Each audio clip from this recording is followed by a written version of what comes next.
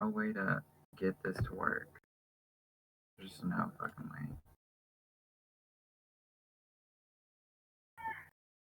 Oh, it's lovely.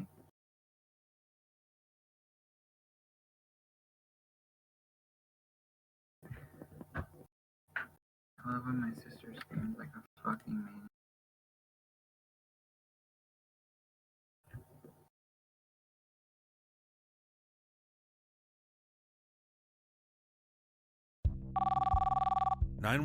What's your emergency? You have to help me. It's my mouth. Your mouth? Like a dental emergency? It hurts so much. I was trying. Ma'am, you should just go to your dentist. You can't use 911 just because your tooth hurts. No, you don't understand. I wish more people realized how much healthier their mouth would be if they used Quip, the affordable electric toothbrush. Just 2 minutes twice a day can help pave the way to a healthier mouth and mind. Think of it like spring cleaning for your mouth. I wish you would listen. I don't have time to talk Don't about... have time? That's what they all say. Do you know that up to 90% of us don't brush for a full 2 minutes or don't Are clean you evenly? leaving? But Quip's built-in 2-minute timer pulses every 30 seconds to remind you when to switch sides and help you clean And you your tell whole him mouth to evenly. back And up. they now have a kid's version of the brush, so the whole family can enjoy Quip's Yeah, kick him in your balls. Oh no. Please don't mention children. Why not? Kids are people Oh too. shit, I just realized I Quip's don't new have brush any is the photos. same as their original version, just tweaked for kid-sized mouths. Kids are inspired to brush better and more often with oral care that looks and feels like the products the adults in their life use. And they're proud to use Quip. Helps them develop a grown-up routine without childish gimmicks. Listen, buddy. This is a 911 call. You should shut up and listen to me. This isn't about my teeth or my dentist. I have an alien life form growing in my brain, and I feel like it's about to be birthed out of my head. Out of my mouth. You have to send someone to help me.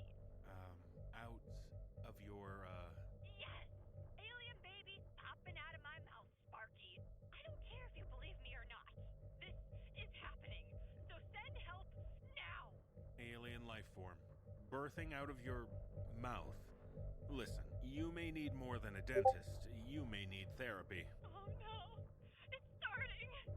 I can feel it moving in my head. Send help!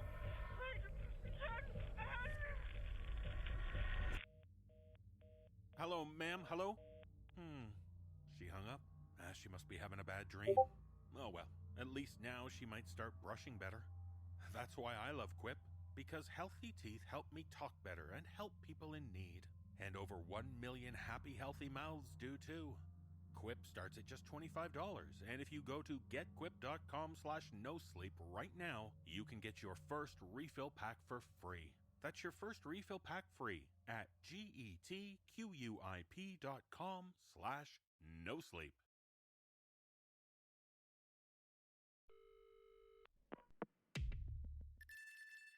This is a horror fiction podcast. We're here to frighten you and mess with your head.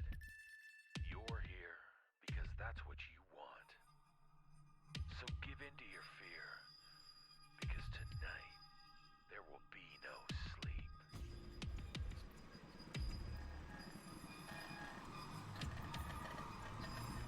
Brace yourself for the No Sleep podcast. For the dark hours, dare not close your eyes. Tales of horror to frighten and disturb. Join us as the sleepless hours tick past.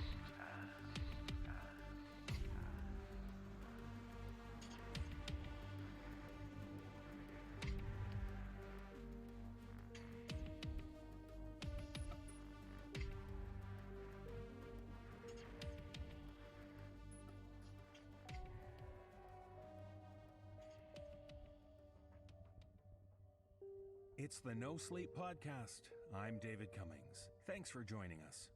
On this week's show, we have 4 tales about myths, massacres, and memories. Welcome to Season 8 of the No Sleep Podcast. It's great to have you with us for another season of fearful frights. It's especially nice to be launching the season so close to Halloween. We're working hard to make this a month of pumpkin spice nightmares. And what better way to kick off a new season in October than with a contest? For our production of Boraska on the Season 7 finale, we were thrilled to be joined by director Mike Flanagan and his wife, Kate Siegel.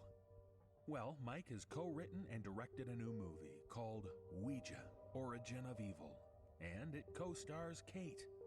It's about a family and their young daughter Doris, who discovers a Ouija game board in their home. When Doris attempts to contact her deceased father through the game's seeing eye, she sees a dark figure and is suddenly possessed by a malevolent spirit. Indeed, it's the perfect film to experience this Halloween season. It's opening in theaters on October 21st, so we want to help Mike and Kate celebrate the premiere of this terrifying film. So here's what we're going to do. We have 2 Origin of Evil prize packs to give away to 2 lucky winners. Each prize pack contains an Origin of Evil t-shirt, candle, mint box, and flashlight. And as they say in infomercials, but wait, there's more. Each prize pack will also include a classic Ouija board game by Hasbro, and each game will be signed by Mike and Kate, making this a genuine collector's item to be passed down to future generations of demon-possessed children. To enter, all you have to do is go to contests.thenosleeppodcast.com and find the trivia question. Email your answer to us and you're entered in the random drawing for one of the 2 prize packs. The contest will run until the very end of the month, Halloween night. No entries accepted once November 1st strikes the Eastern Time Zone. So treat yourself to a frightening film starting October 21st, Ouija, Origin of Evil, and enter to win a great prize. I'm predicting the board will spell out the word win either way. And now it's time for another prize which everyone has already won. It's this week's show. So let's kick off Season 8.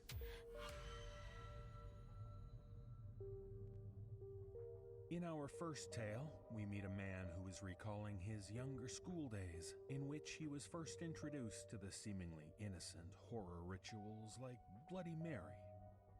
But as we learn from author Leo Harrison, when the boy's 2 cousins show him a new game involving innocent mythical creatures, he soon realizes that the line between legend and reality is easily crossed. Performing this tale are Dan Zapula, Nicole Goodnight, and Erica Sanderson.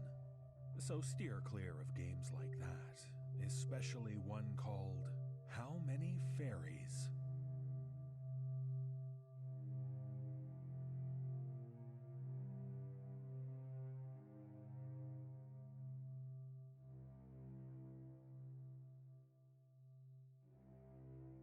I think that there's something about the darkness, the unknown, that fascinates many of us from a young age. As we leave behind the innocence of childhood, getting older and older, it becomes apparent that there are a lot of questions in life for which no one really has any decent answers. Not even mom or dad, or grandpa and grandma.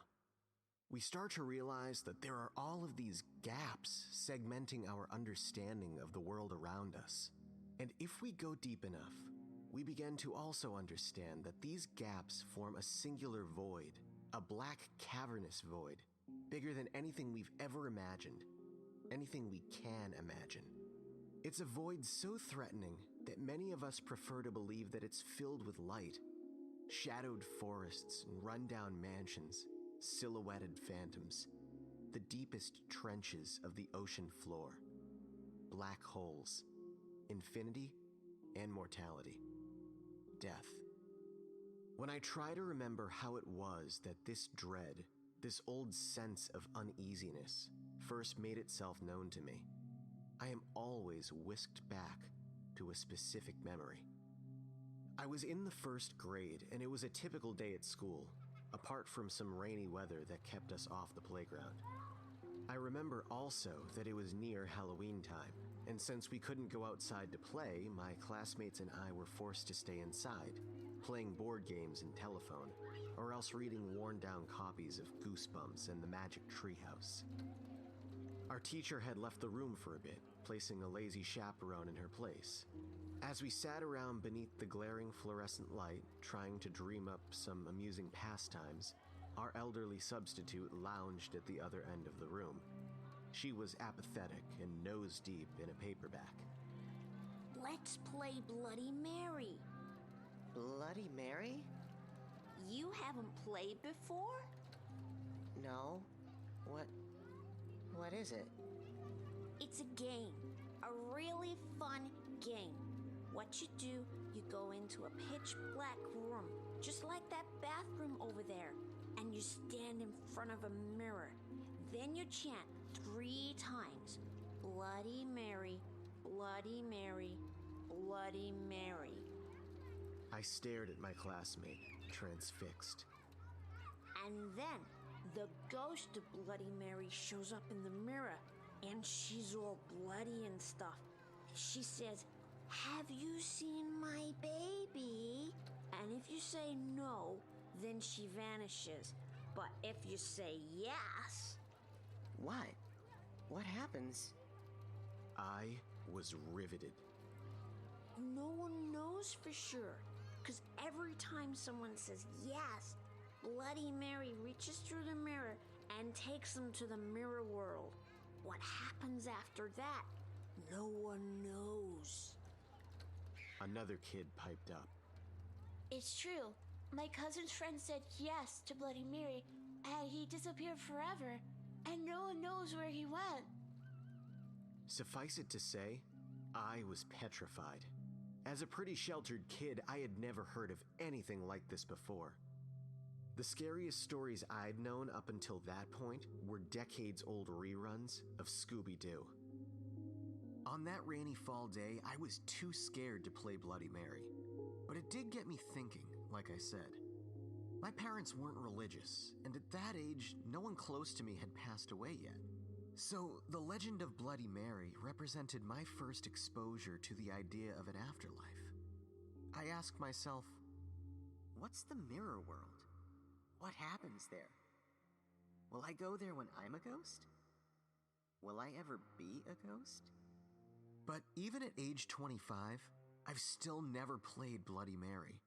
I've never indulged in that curiosity, that void. And I don't think I ever will. You see, I once played a far stranger game than Bloody Mary. It's a game that you may or may not have heard of. A very special game. And I'm going to tell you about it. I'm going to tell you about the game called How Many Fairies? That kid who first told me about Bloody Mary on that dreary autumn afternoon, well, that kid's name was Donnie. Growing up, we've all come across our fair share of kids like Donnie. You know, the sort who get a kick out of pulling pranks and telling scary stories, exaggerating the truth or else downright lying, full of imagination. Those are the kids who keep urban legends immortalized, distorting them as they're passed on from one generation to the next. Right now, somewhere, there's a Donnie out there, telling some terrified audience of grade schoolers that yes, the killer was indeed calling from inside the house. My twin cousins, Jamie and Ella, were of Donnie's ilk. They grew up disconnected from urban life, spending their youth in the deep countryside, where they lived with my aunt and uncle. I understand now that my uncle was a very wealthy man, a retired neurosurgeon with a keen talent for playing the stock market. And this, of course, accounted for my aunt and uncle's extravagant Southern Gothic manor, as well as their humble family yacht. Something about growing up in the rural South had endowed Jamie and Ella with the blessing of enormous imagination. Almost identical in appearance, the two twins spent more time weaving bizarre tales or reenacting original stage plays than they did watching television or reading comic books or playing video games. Given that I was a seasoned Sonic adventure aficionado, My 8-year-old mind couldn't fathom how on earth my cousins were able to spend so much time doing what seemed to me like nothing. Frolicking about the expanse of their backwoods property, fighting invisible dragons, and saving invisible princesses from castles made of thin air. Nonetheless, I spent a lot of time out there with Jamie and Ella. I have fond memories of their beautiful mansion, as well as the sprawling, mysterious wilderness that surrounded it. After all, even though I never took part in my cousins' fantastical exploits, I still had a hell of a time surveying the seemingly endless fields and forests that extended for miles around their house. I'd collect bugs and climb trees and jump haystacks. And then there were Jamie and Ella, always in my periphery, sword fighting with sticks and battling it out for the sovereignty of what they called the Fairy Kingdom. As you might have guessed, my aunt and uncle weren't the most overprotective caretakers. They loomed on the sidelines, benevolent but distanced, and happy to see us preoccupied. I guess that was part of the mystique, the fun of visiting Jamie and Ella's house. It was almost like there were no adults around. I felt free to roam about, doing as I wished. Now, I won't say that I disliked Jamie and Ella, and they were my cousins. As we've gotten older, I've come to know them better, as people. They're generous individuals. They're family. When I was a kid, however, I thought that they were weird. In addition to their nearly identical style of dress, you see, the twins also shared very similar facial structures. Their cheekbones high and their complexions gaunt. They had small, somewhat slanted eyes and long jet black hair that sometimes covered their faces. They moved in coordinated motions, almost always immersed in their fantasy realm. And they were my friends, of course, but at the same time, the pair creeped me out just a bit. Now that said, there was one aspect of my visits that I deeply disliked, but learned to endure. Jamie and Ella's games, you see, their games didn't end when daytime ended. Rather, when the sun fell and the view from their chandelier-lit kitchen overlooked an eerie swath of blue countryside, Jamie and Ella simply began to play different kinds of games. These games, they said, were a lot like those they played out in the forest. Just like there were fairies and a whole fairy kingdom out in the woods, they told me, there was also a whole fairy kingdom inside their gloomy, labyrinthine house. My cousins would explain to me that the fairies lived in a place called the Secret World, and that if you wanted to cross over to that world and meet the house fairies, then all of the lights needed to be turned off. I didn't like hearing about the house fairies. At that age, I was better acquainted with the unnerving, haunting aspects of life, more so than I was when Donnie first told me about the legend of Bloody Mary. So, I remember feeling unsettled by my cousin's stories about invisible specters roaming dark hallways. Where they saw fairies, I imagined demons. The problem, however, was that once nighttime rolled around, I couldn't just ignore my cousin's overactive imaginations. There was nowhere to go. Jamie and Ella had no video games, no television, no comic books with which I could distract myself from their antics. It was their way or the highway. And given how far from town my cousins lived, it wasn't an option to be picked up by my parents after sunset. So when it came time to play How Many Fairies, I either had to sit and endure my cousin's weird ritual, or else skulk off to the kitchen and eat ice cream or something. And for a long time, I actually did just wander off, trying to find some mundane, alternative time killer in a better lit corner of the house, far away from my cousins and their creepy games. My reluctance to play along with Jamie and Ella, for instance, led to a strange sight. Myself, 8 years old, lounging around my uncle's library, trying in vain to find entertainment from a dusty leather-bound copy of The Turn of the Screw. I'm sure I would have been traumatized by the book had I not fallen asleep while trying to decipher the first few sentences. This overwhelming boredom eventually gave way to some healthy curiosity. I started to feel like I should give Jamie and Ella's fairy deal a chance. After all, there was nothing else to do. As I saw it, I was wasting valuable time, just throwing all these nights down the drain. So one evening, I finally gave in. I figured, what the hell? The worst case scenario was that I would get a little spooked or maybe just bored. After all, fairies didn't exist. My cousins pretty much erupted with joy when, for the first time ever, I agreed to play How Many Fairies. They jumped up and down, almost screaming, and grinning wildly. They spoke faster than they could think. I remember feeling good that my compliance had made them so happy, even if their reaction was characteristically unique. Before I knew it, we were sitting in a sort of foyer that adjoined their respective bedrooms. I suppose that this empty space was where most kids would have littered their toys. But since Jamie and Ella didn't have a single bright flashing gizmo or extravagant playset between them, I instead found that the twins possessed an extensive collection of candles. My cousins marched into the foyer, each holding an armful of candles. Do your parents let you play with fire and stuff? Huh? I don't know. With diligence, they arranged the candles in a 6-pointed star. What's that? I asked, pointing at the shape they were forming. A star. I thought stars just have the 5 points. Not fairy stars. It's a special star. It makes the fairies come out. We saw it in one of Daddy's old books. All right, I thought. their game, their shapes. I decided to avoid asking unnecessary questions. The twins snatched up the pair of lighters they brought with them, and then set about igniting the candles, one by one. At last, I was staring at a flaming hexagram. I started to feel nervous. My parents would kill me if they knew I was up to something like this. And how would my aunt and uncle react if they found us messing with fire? I was about to speak up when, abruptly, the lights cut out.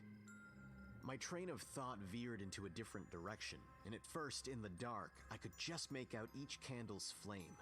To my eyes, the only thing in existence was this fiery 6-pointed star laid out before me, radiating in the darkness.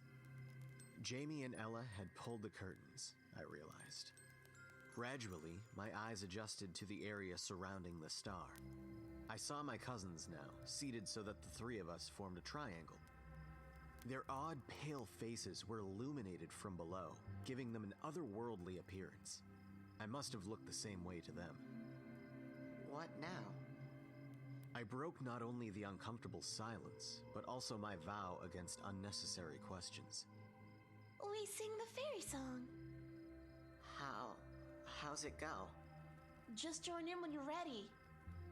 And then came the chanting, beginning in unison. How many fairies? How many fairies tonight? I waited, unsure of myself. How many fairies? How many fairies alight? This continued for some time. How many The flames flickered against their faces, casting grotesque shadows upon the walls behind them. fairies? My eyes grew moist, teary from the heat. How many The twins looked at me, anticipating. fairies tonight? I felt no other option. How many fairies? How many fairies tonight? How many This went on for what felt like too long. alight? The rhythm of the chant, the allure of the flames, the depth of the darkness. How many The effect hypnotized me. alight? 5, 10, 15 minutes, and only this flaming star seemed to exist.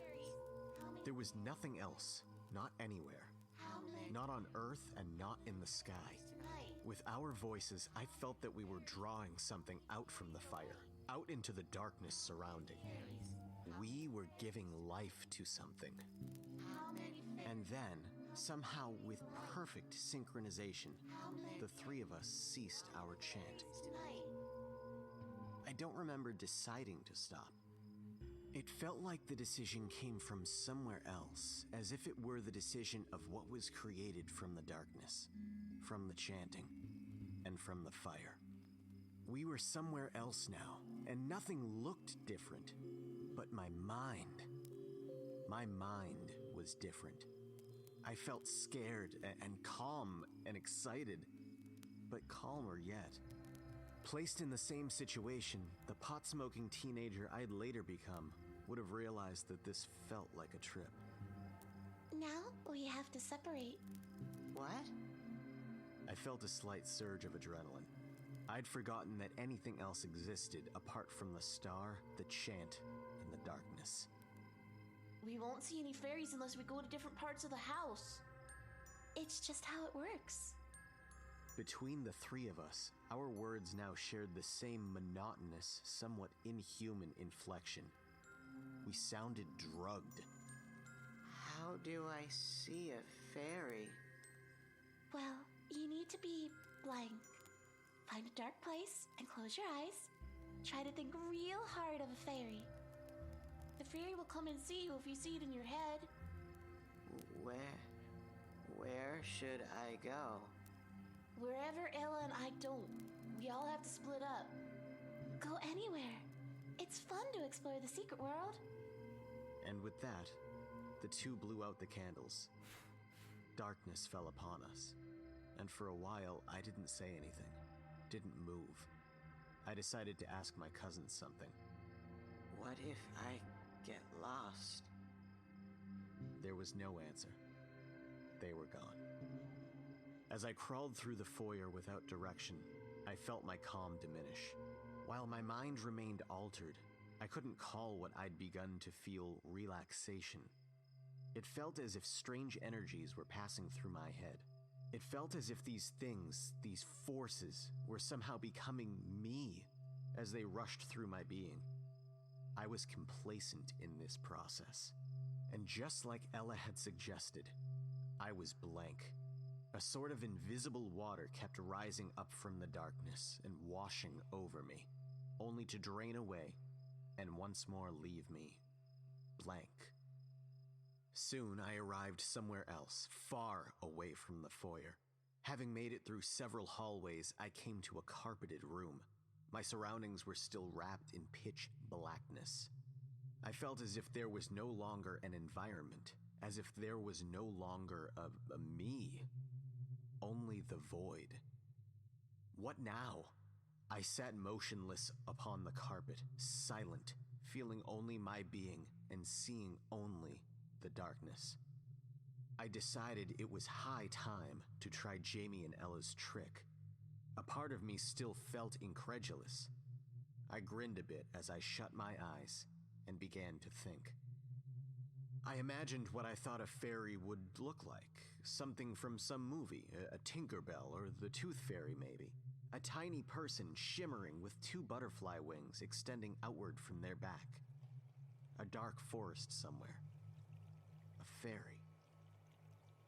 I saw it now. Right before my eyes. Clear as day. A fairy. Was this what Jamie meant when he said that a fairy would come to me? I stared through my mind's eye at the creature forming before me. It was so lucid, so realistic, so beautiful.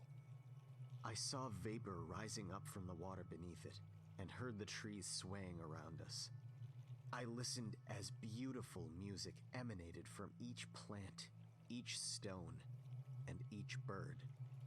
I was somewhere beyond time, beyond life and death. I felt at peace. I felt rocks beneath my feet. I now stood on the bank of the pond. Deep enchanted forest surrounded me. I looked up at the fairy with tears in my eyes. It was the most wonderful thing I had ever seen. The fairy drew near to me and met my eye, its aura of light overwhelming, almost searing. Once it came to face me, its luminous eyes beaming into mine. the fairy did something sudden, something strange. It winked at me. I awoke from my vision to a loud, startling noise. Blackness. I was alone, in the room again, and my surroundings were cloaked by abject darkness. I felt the carpeted floor beneath me. I felt my heart beating. And then, I heard the noise again. I strained my ears, growing alert. Dazed as I was, I couldn't make much sense of what was happening. Again. Someone was in the room with me. Hello? There was a long silence. It felt like an eternity. And then... the sound was 9 or 10 feet away from me, at the other end of the room. 7 or 8 feet. Part of me was afraid. Another felt reassured. This was just a game. Nothing could hurt me. The fairy I'd seen in my mind was generous and beautiful. And anyways, this was probably just Jamie or Ella pulling a prank. Yeah, that was it. A prank. Maybe this whole silly game was just a prank, designed to scare me. Okay, stop it, you guys. I scooted back a bit out of instinct. Nothing. I chuckled. Hey, where's the light switch anyway? I'm getting kinda sick of this. Closer.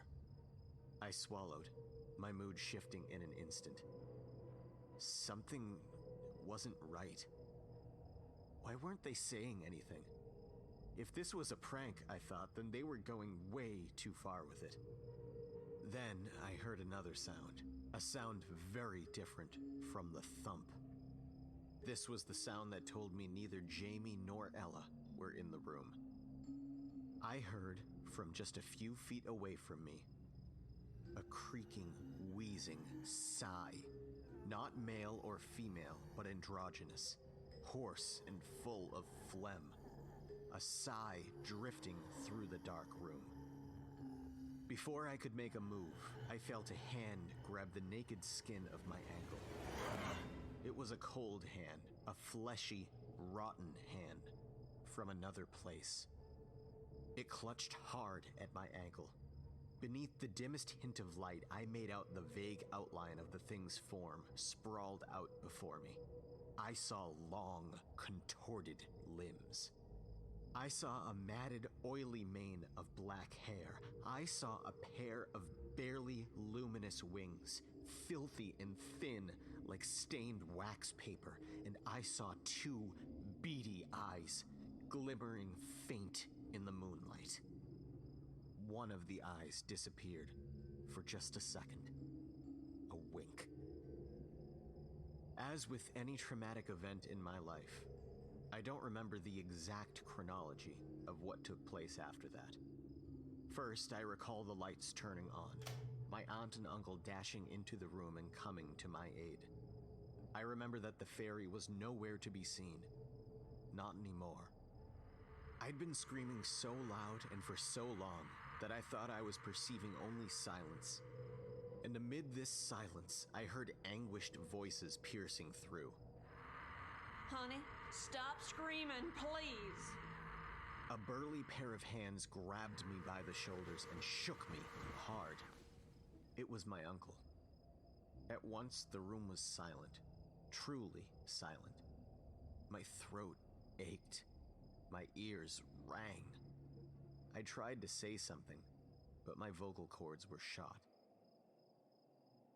My brain saw fit to erase wide swaths of memory following that moment. At one point after that, I was sitting at the granite counter in the kitchen, a plate of fresh cookies and a glass of cold milk sitting untouched before me.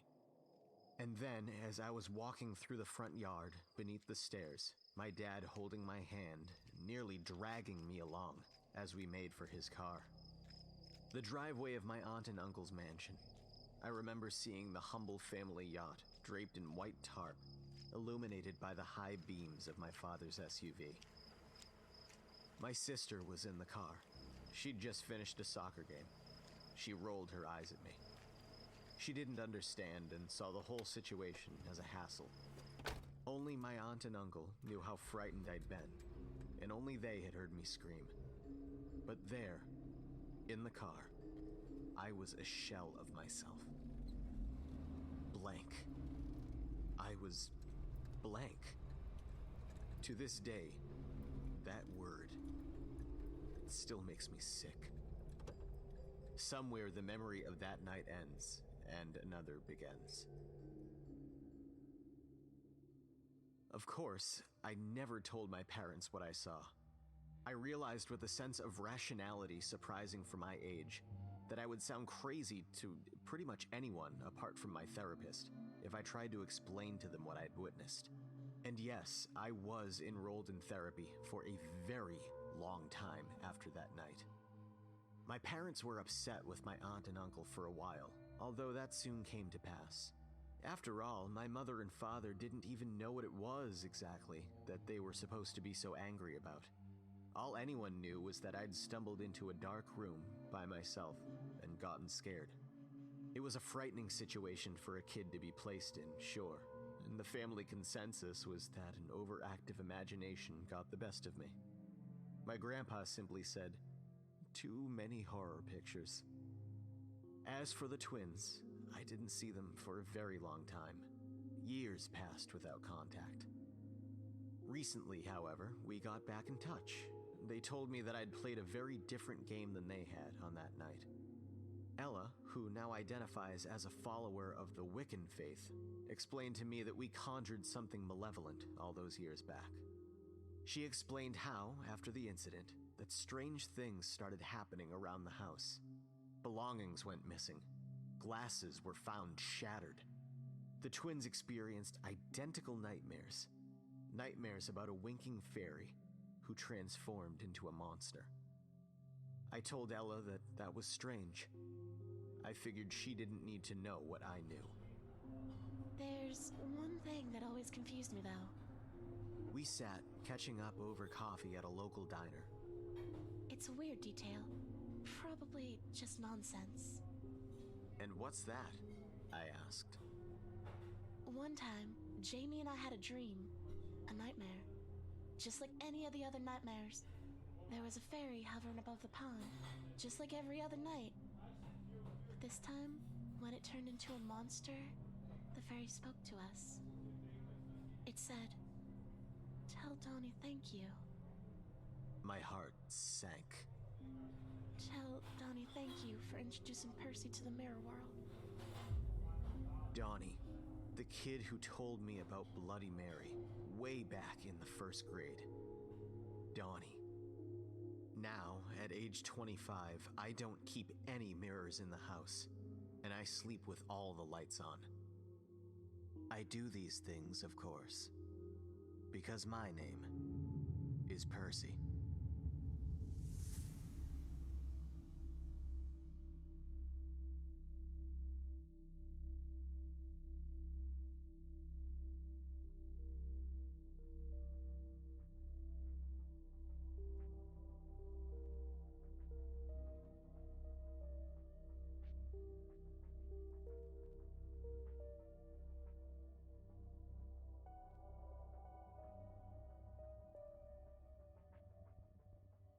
When you want to get home after a business trip, the last thing you need is to get lost navigating a hectic subway system. But in this tale from authors Richard Jenkins and Amelia Hamill, we meet a woman who strays into the wrong area only to find herself in a place she may never get back from. Performing this tale is Erica Sanderson. So make sure you never find yourself encountering something as strange as a used to be.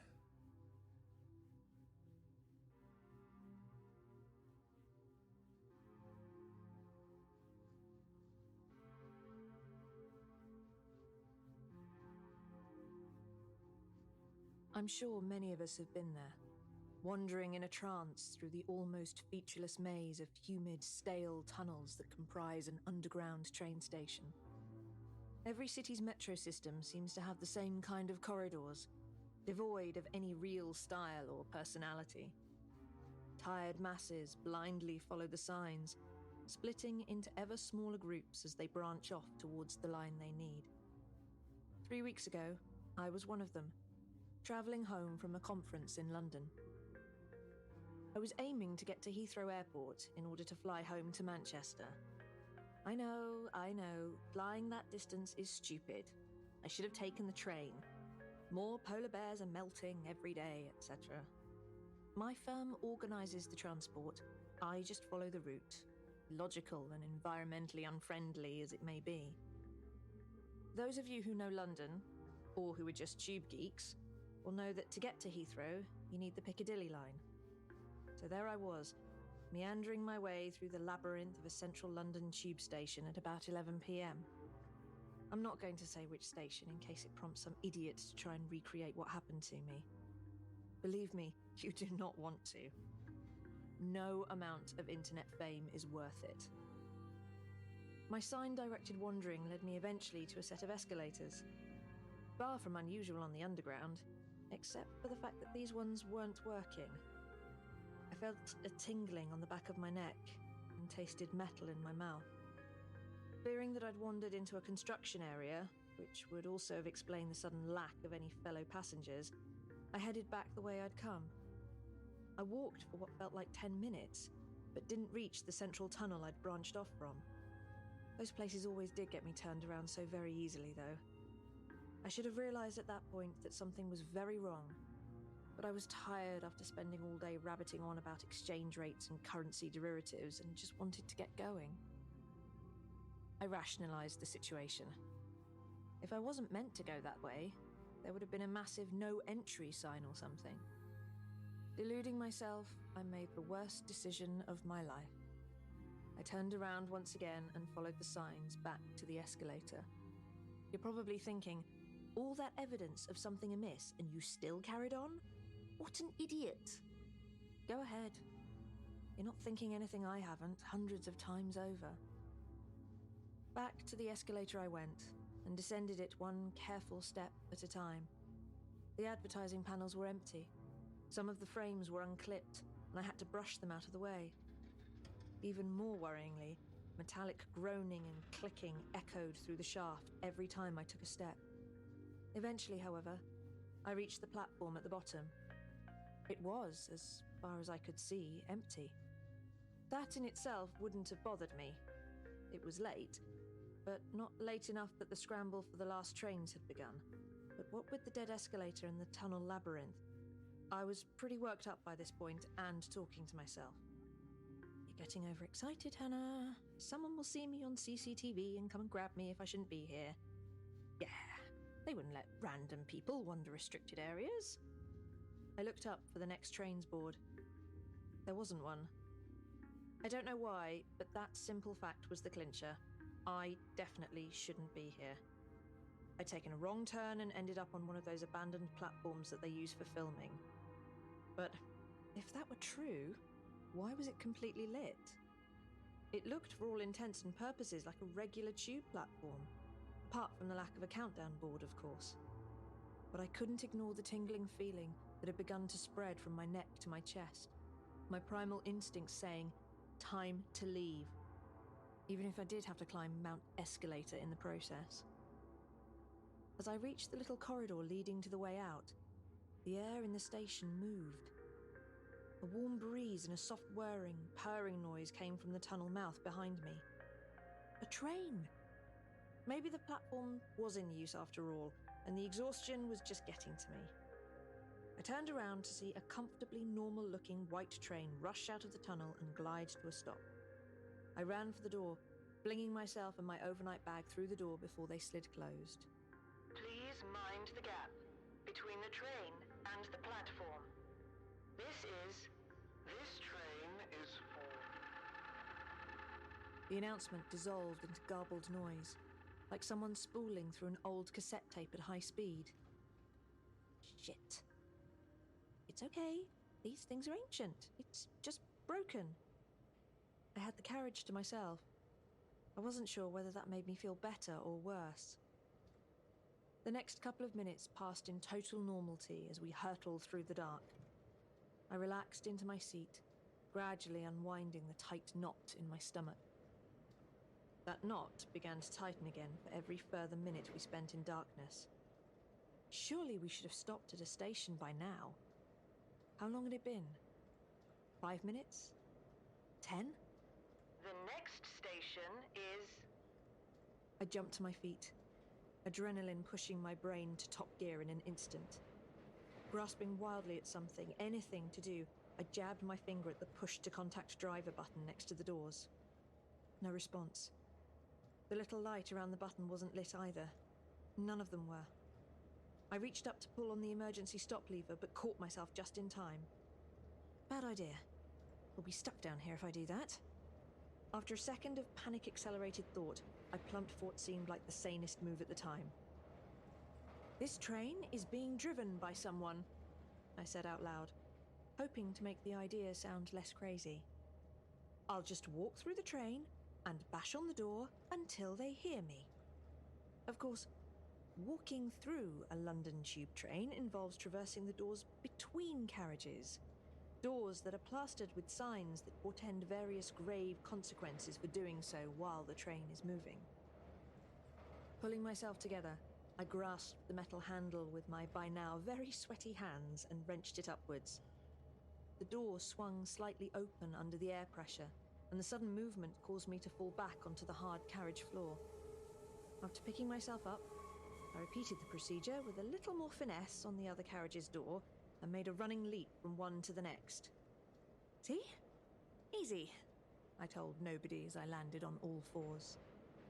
At that moment, the darkness outside faded slightly, and I realized that we'd pulled into a station. At last. I looked up at the doors as they opened, aiming to see where we were. What I saw instead made me vomit on the spot. The station platform was carpeted with the dead. Many sat against the walls. Most simply lay spread-eagled on the floor. Their skin was various leathery shades of yellow, grey, and brown. Rotten eyes stared back at me from lolling heads. One corpse seemed to be reaching up toward me. I tried to rationalize the situation. It's a film set, or some sick prank, But within seconds, all rationality was consumed by a mixture of disgust and terror, and I could do nothing but stare out at the grisly scene. The worst part was the smell. A sickly sweet yet acrid stench that made me sick to even remember. I could see down one of the way out tunnels. It was similarly full of people who had seemingly died down here. Amongst them were discarded bottles and food packets. Some of the bodies seemed to be wrapped in blankets. I don't know how long the train waited in that station, but at some point the doors closed, and we were once again in motion through the featureless dark. I slowly stood up and let my eyes wander the empty carriage as I tried to control my ragged breathing. Suddenly filled with an insane resolve to discover the truth, I wrenched the next intercarriage door handle up and it broke clean off in my hand. I stumbled backwards, collapsing painfully into one of the nearby seats. I tried frantically to reattach the severed handle, but it was no good. The thing had rusted through and was entirely useless. Shrinking into the seat, I cried more than I thought I could ever cry. Smashing the broken handle against the seat next to me felt good, so I did it. Over and over and over until I'd worn through the thick moquette. I only looked up when the light shifted again. Another station. Slowly I stood, peering through the glass behind me. More bodies, just like the last one. Not so many, and the smell was less offensive, but it was still a platform of the dead. The lights in this station flickered and popped, making a bizarre stroboscopic display of the gnarled limbs and sunken faces of the unfortunate souls outside. The access tunnel seemed to have collapsed, blocked by a massive pile of rubble. The next station was much the same, as was the one after that. I simply sat there, a stew of shock, disgust, disbelief, and sheer terror brewing in my mind as I did. I didn't know what to do. Or rather, I did. The idea had come to me long ago. I simply didn't want to confront it, to face up to what I'd have to do. I hoped that if I thought long and hard enough, a better idea would come to me. But no such inspired thought came. As we slowed into yet another platform-turned crypt, I stood and headed for the doors. This one would do, I decided. The doors opened. I took a step out onto the platform, then another. The doors closed. I looked around and prayed to any gods listening that the bodies around me were indeed dead. As I gingerly stepped over a pair of them near the wall, I fully expected one of them to spark to life and grab my ankle. Neither did. They simply lay there, blankly staring back at me with what was left of their eyes. Gaining confidence, I danced between corpses down the tunnel towards the escalators. They were clear of bodies, bar one spread-eagled in the central section that I had to squeeze myself tight against the handrail to avoid. Eventually, after about 5 minutes' exhausting climb through the fetid air, I reached the ticket hall. Fuck! Why? The entrance on the other side of the cavernous room was blocked by a similar collapse of rubble to the one I saw in the last station. It was easily 10 feet high and looked completely impassable. I went up to it anyway, hoping I could find some way out. Picking up some of the smaller pieces and tossing them aside revealed a set of stairs leading up. An idea came to me.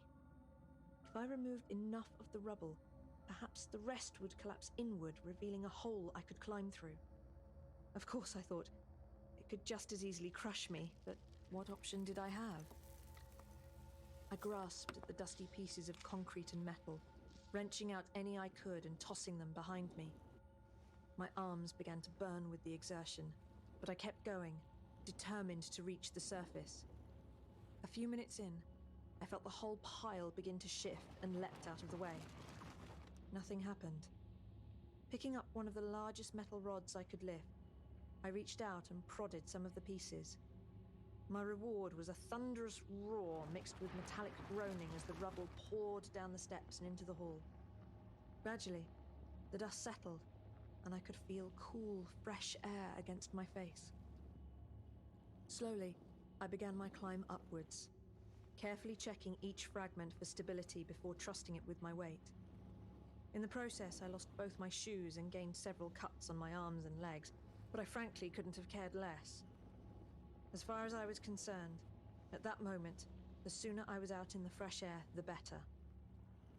Coughing and wheezing from the dust swirling around me, I clawed my way out of the small hole at the top of the staircase and lay on the ground, staring up into the starry night sky. I'd never seen stars like it. A blanket of them as far as I could see. Standing up, the only light I could see was coming from the station, beams finding their way out through the gaps in the rubble pile. Everywhere else was completely dark. It took my eyes a minute or so to adjust, but as they did, I began to see why. Almost every building was nothing more than a shell, some less than that. It looked like the pictures I'd seen of London during the war, debris littering the streets, buildings collapsing, and more bodies. These ones looked more like skeletons than the grisly remains I'd seen at the station, but they still turned my stomach over as they came into focus. Hello? I jumped and let out a deep, shuddering gasp. My heart, already thumping from the exertion of climbing out, leapt into my throat. Who's there? What's going on? I tried to shout, but it probably came out more of a wail. I heard movement across the street. Slowly, a thin shape shuffled out of the darkness towards me. I looked around for something I could use as a weapon, settling on the least worst option, a concrete slab with a sharp, broken edge. As the shape came into the pools of light cast from the station entrance, I saw that it was a girl, teenager probably. Her hair was long and matted, almost draping on the ground. Hello? Did you come here? What? I wound myself up to strike the moment she turned into a monster or something. I'd seen horror movies. I knew how this would go. Except it didn't. She simply sat on the ground next to me and looked up, seemingly inviting me to do the same. Gradually, I sat beside her, with enough distance between us to give me time to defend myself should I need it. The concrete slab remained tightly grasped in my hands. You came here, didn't you?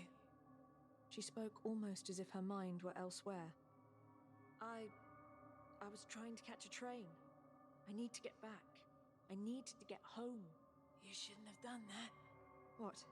Got on the train? What are you talking about? She turned to face me for the first time. No, unblock the stairs. A new wave of fear gripped me, and ice-cold shocks ran up and down my spine. Why not? There's nothing in there but bodies. Exactly. A fresh chill gripped my spine. I was about to ask why, but before I could, the girl was on her feet looking around. Come. Why? I'm not going anywhere until you tell me what in the name of fucking sanity is going on. The girl didn't reply, simply pointed behind me down the street. I turned and could just make out what looked like the silhouette of a person in the blackness, standing with their arms strangely held away from their body. Used to be. The hell is a used to be? Used to be? Used to be what? Us. The thing began taking long, loping strides towards us, and the young girl grabbed my arm and dragged me along behind her. For someone so small, she could really move. My feet quickly grew sore, but I didn't stop. I never even looked back, afraid that if I did, I'd see some hell-spawned creature inches from my face. After running for about 5 minutes, the girl dragged me into some kind of park and rested a large metal grate across the hole in the fence. They starve. They collapse. No living. No dead. What? What? Eat the dead? No. No living. They starve. No dead. They collapse. Second is easier. Curiosity was beginning to get the better of me. I don't understand. What are they? Used to be us. Used to be friend. Used to be family. But stayed too close to the pits too long. And what they used to be melted away. Then they melt away. So they have to fix it. I vomited, hacking and spluttering up what was left in my aching stomach. The girl's strange words had just clicked in my mind. They use bodies to repair themselves. Yes. I could vaguely see a smile on her face. Hide the dead. Stop the used to be. I wouldn't worry about them getting into that station. They had to crawl and squeeze through. No zombies getting in there. They specialize. The girl pointed across the road junction next to the park. In the faint moonlight, I could see a large, hulking figure slowly stumbling toward where we'd come from. It looked to be an incredibly large man, the entire right side of his upper body given over to a massive club-like appendage that caused him to stoop and sway under its weight. It's going to smash its way through. Were hundreds of them. That's the first I've seen in a long time. What the actual fuck happened here? Big Naomi says bombs. Big who? Are there other people here? Other than you? Big Naomi. Mother. Little Naomi. Me. Not here anymore. I'm sorry. Bombs? Long ago. Red bombs that split the sky. Naomi walked over to what remained of a bench, under which was hidden a small bundle of things. She retrieved a piece of paper and gave it to me. It was a newspaper, a copy of the Times. The headline read, "This is the way the world ends. Further Soviet atomic strikes turn New York, Washington, D.C., Detroit, Miami, Houston, and L.A. to contaminated ruins." The date on the paper was September the 27th, 1983. I didn't know what to make of it. Obviously, the world hadn't ended in nuclear fire in 1983, but this certainly looked like an apocalypse. After that, the bombs came here. I sat down on the skeleton of a bench. How had I got here? The world couldn't have ended in the time it took me to get to the underground. And anyway, this paper said 1983. I was born in 1985. How could the world have ended before I was born? Unless a different world? Naomi? Little Naomi. Little Naomi, then. You said that you knew I came here from somewhere else. Have other people come here? A few. Back when they used to be were active. We couldn't save them. Can I get back? Maybe. People came from a tunnel. Walk through. Get back. A tunnel? What do you mean, people came? While back, people came here now and then. Through a tunnel, away from here. And you think that I can, go back through the other way? Maybe. How do I know you're not leading me into some trap? You don't. Stay here if you want. Guess I didn't really have a choice. If I stayed, I'd probably end up being food for those things. At least I had a chance of escape if I tried this tunnel. Okay, let's go. And with that, she moved the gate aside again and began walking, carefully checking for anything lurking in the shadows as she did. I ran after her once my brain rebooted and I realized what she was doing. We walked for miles and miles through the devastated city. Before long, it began to get light. The sunrise was a deep red, the light hazy. Nonetheless, the light allowed me to see the world I'd wandered into more clearly. Everywhere, buildings had been all but leveled. Vehicles lay burnt out and mangled at the side of the road. Some were empty. Some had skeletal bodies slumped against doors and windows. Dust and debris fragments danced in the air as the early morning wind whistled through empty window frames. We didn't encounter another living thing on our journey, although I could hear vague scraping and shuffling noises from time to time. Little Naomi didn't seem at all concerned, and I didn't dare ask about them. Eventually, we reached an underpass. As Naomi said, a tunnel, under what had once been a major road. Down. Little Naomi said, indicating for me to descend the ramp. At the bottom was a body. It didn't bother me. I'd become almost used to the sight and smell of death. Except, I noticed as I got closer, this one was weird. It wasn't rotten like the others, and it just looked wrong. Its face was mostly just a single flap of skin, with ragged holes stabbed through for its eyes and mouth. Its jaw didn't really exist. It just had a large, gaping hole for a mouth. Dead. Used to be, but dead. How can you be sure?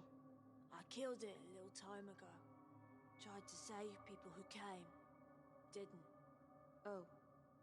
We continued around the 180-degree bend and down another ramp further into the underpass. A couple more of those things were slumped against the wall, each with their own distinct, disgusting features. One had massive bony spikes for arms. Did little Naomi fight that too? There. Naomi pointed down the tunnel. I could see the light at the other side, but the one morning light wasn't enough to illuminate the whole passage. There were some skeletal remains scattered in the middle, but nothing that looked like a portal, I guess.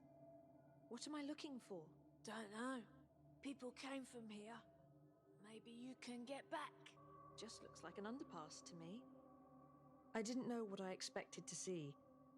I hadn't seen anything weird on my way here.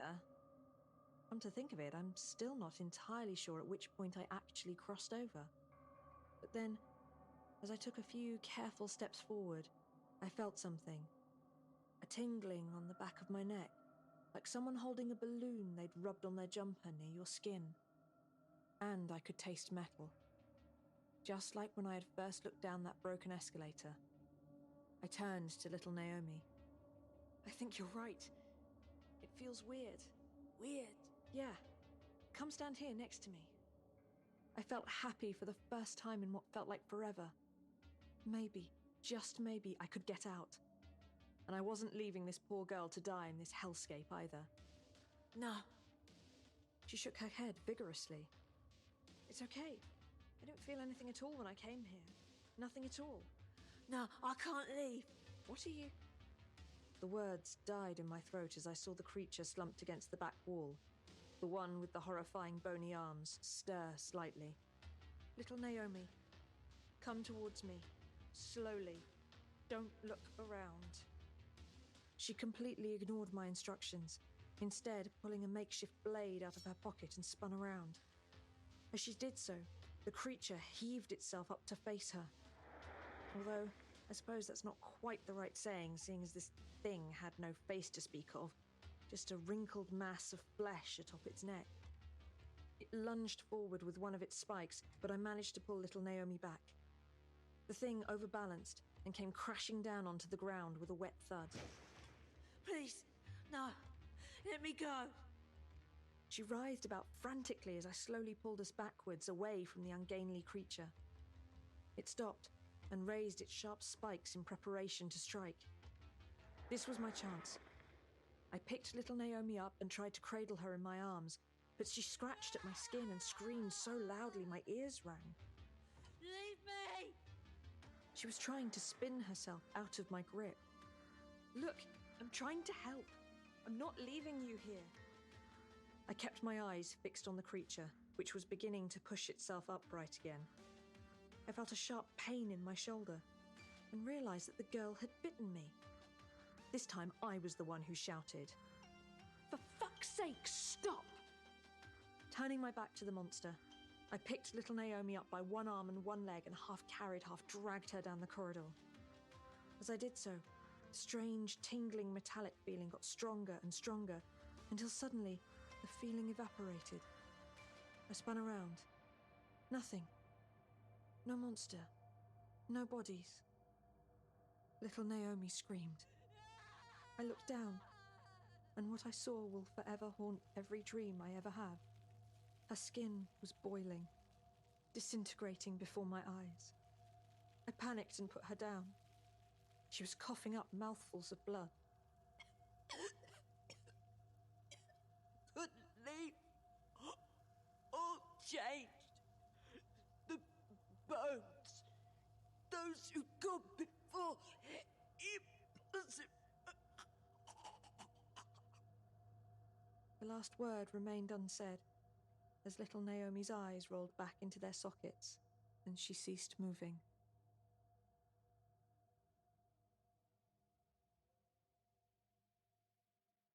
I stood there, staring at the unfortunate girl's remains for a long time. I tried to save her. I thought I was saving her. I should have listened. Perhaps it was better this way, I told myself. She was only going to die alone in a world full of monsters. It was a lie, of course. I'd murdered little Naomi. I'd caused her to die screaming in an alien world looking up at the face of her killer. For some reason, people from that place couldn't pass through the portals, I'm going to call them. Or couldn't live in our world, something like that. A while later, after reliving the events night after night in my dreams, I figured that the bones in the tunnel must have been those of people who tried to escape before and then run back through, hoping that the burning would stop. I don't remember much after that. I was apparently picked up by the police, having been wandering the streets of suburban London muttering about murder and monsters.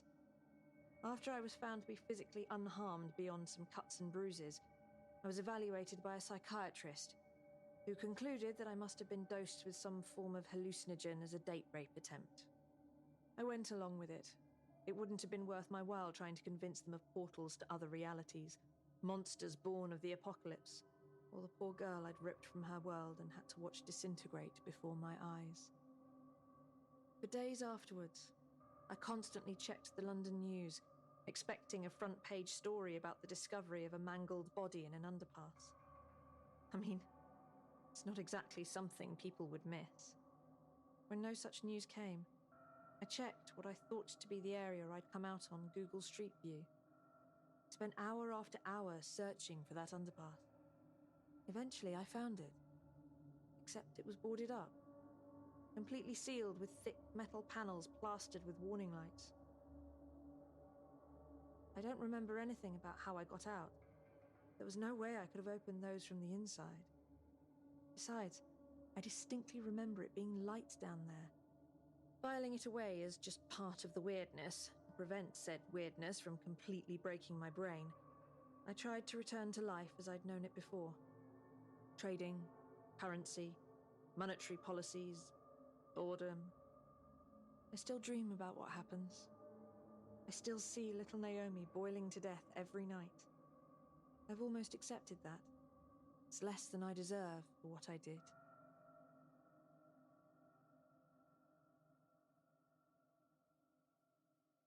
A month or so afterwards, I was assigned to do some consulting in London. I thought I'd be terrified to go back, but honestly, I wasn't. And anyway, I wanted to answer one last question. After I was finished for the day, I headed to the tube station I'd used last time and tried to follow my route. Stupid? Probably, but I desperately needed to put this to rest. Following the blue Piccadilly line signs, I was led down the formless white-tiled tunnels that I remember. However, at one point, I was instructed to turn right, when before I distinctly remember going left. To my left was a set of thick metal doors with a large "No Unauthorized Entry" sign on them, under a small red symbol. Can't be sure, but I could have sworn I'd seen the same symbol on the panels blocking the underpass. I even asked one of the staff about it, but they just said it was a generator cupboard.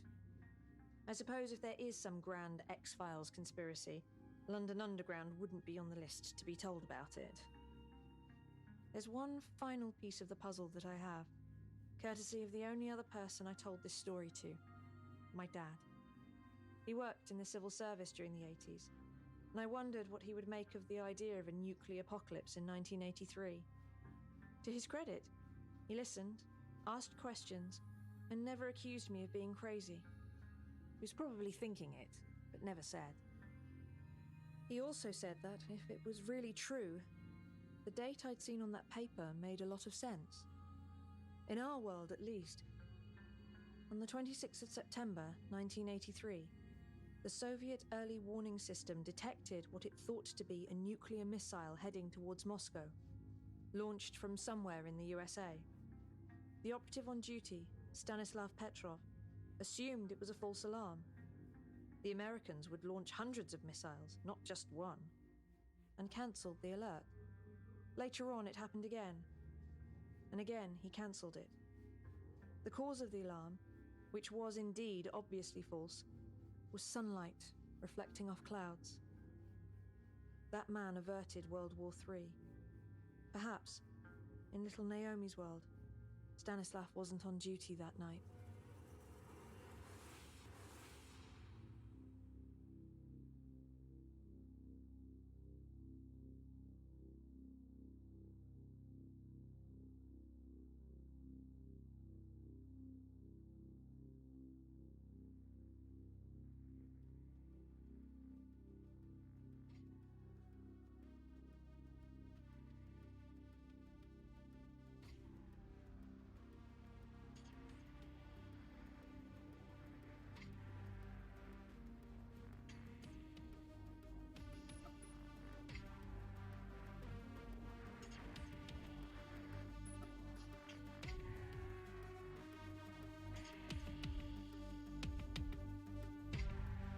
Your time in our netherworld has come to an end.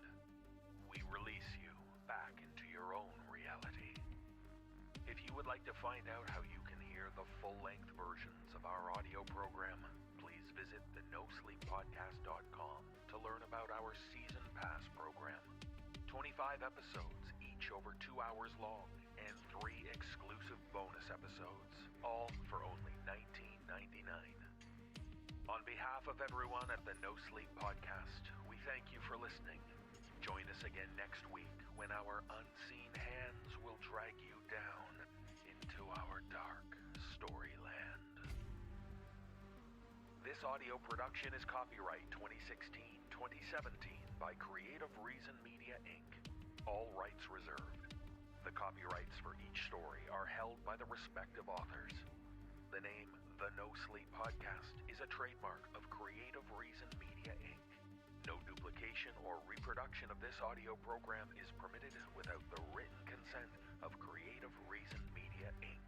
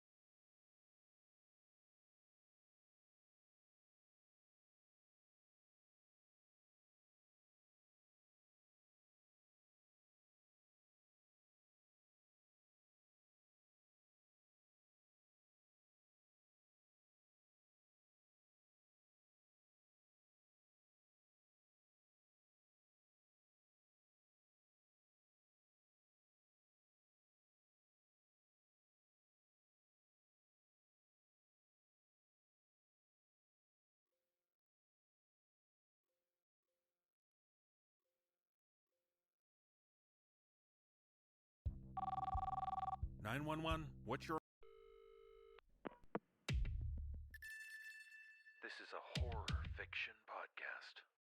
We're here to frighten you and mess with your head. You're here because that's what you want. So give in to your fear, because tonight there will be no sleep.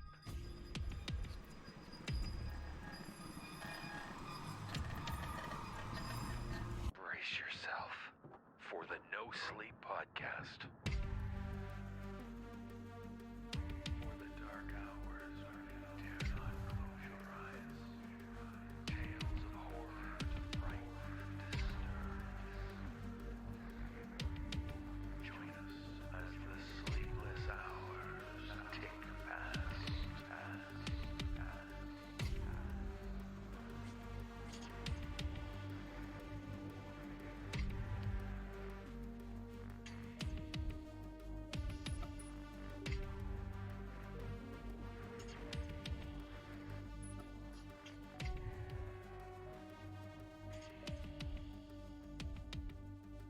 It's the No Sleep Podcast. I'm David Cummings. Thanks for joining us. On this week's show, we have 6 tales about bullies, burnings, and bedlam. Now that we're well into October and people are looking to immerse themselves in the world of horror, I'd like to make you aware of a new audio project coming soon. It's a co-production between the Paragon Collective and the No Sleep Podcast, and it's called Darkest Night. More than a podcast, Darkest Night is a fully immersive audio experience and terrifying treat for the horror fan's senses. You see, it's recorded binaurally with cutting-edge technology, and the sound quality brings the entire narrative to life, creating a rich 360-degree virtual reality effect when you listen with headphones. It'll sound like you're right there in the room where it's happening, and that's not always a place you want to be. Why not hear it for yourself with this sample from the series trailer? Roth Lopto Center for Advanced Research. Project Cyclops Day 1 about to begin. Entering the laboratory now.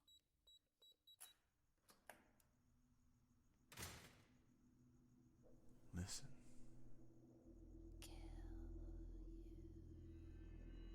Do you hear it? She's gonna kill you.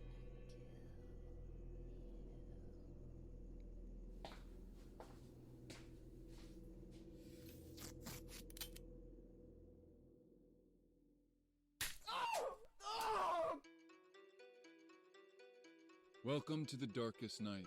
Today, we are unveiling Project Cyclops, the Center's most ambitious venture to date. With Project Cyclops, not only are we able to discover the secrets behind a man's death, we have developed a method to relive the very last moments of their life.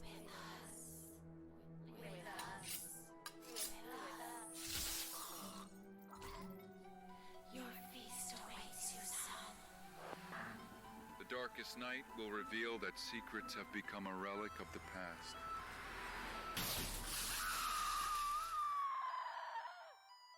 And free will is just an illusion.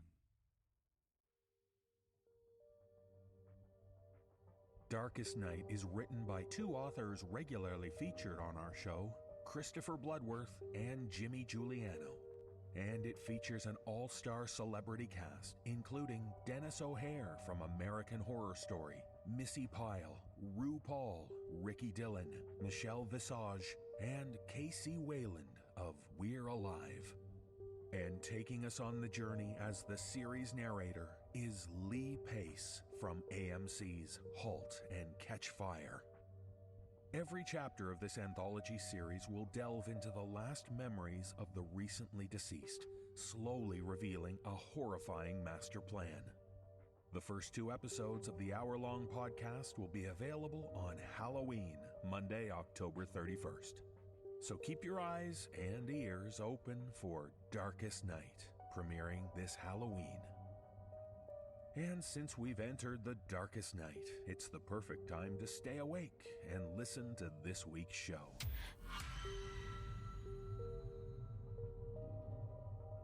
In our first tale, we meet a young woman with a rather unpleasant cousin. As we learn from author S.H. Cooper, the cousin has been bullying a girl at her school, and the fallout from her cruelty will impact all involved. Performing this tale are Jessica McAvoy, Addison Peacock, Nicole Goodnight, and Alexis Briscoe. So check your caller ID and hope you don't receive her last call.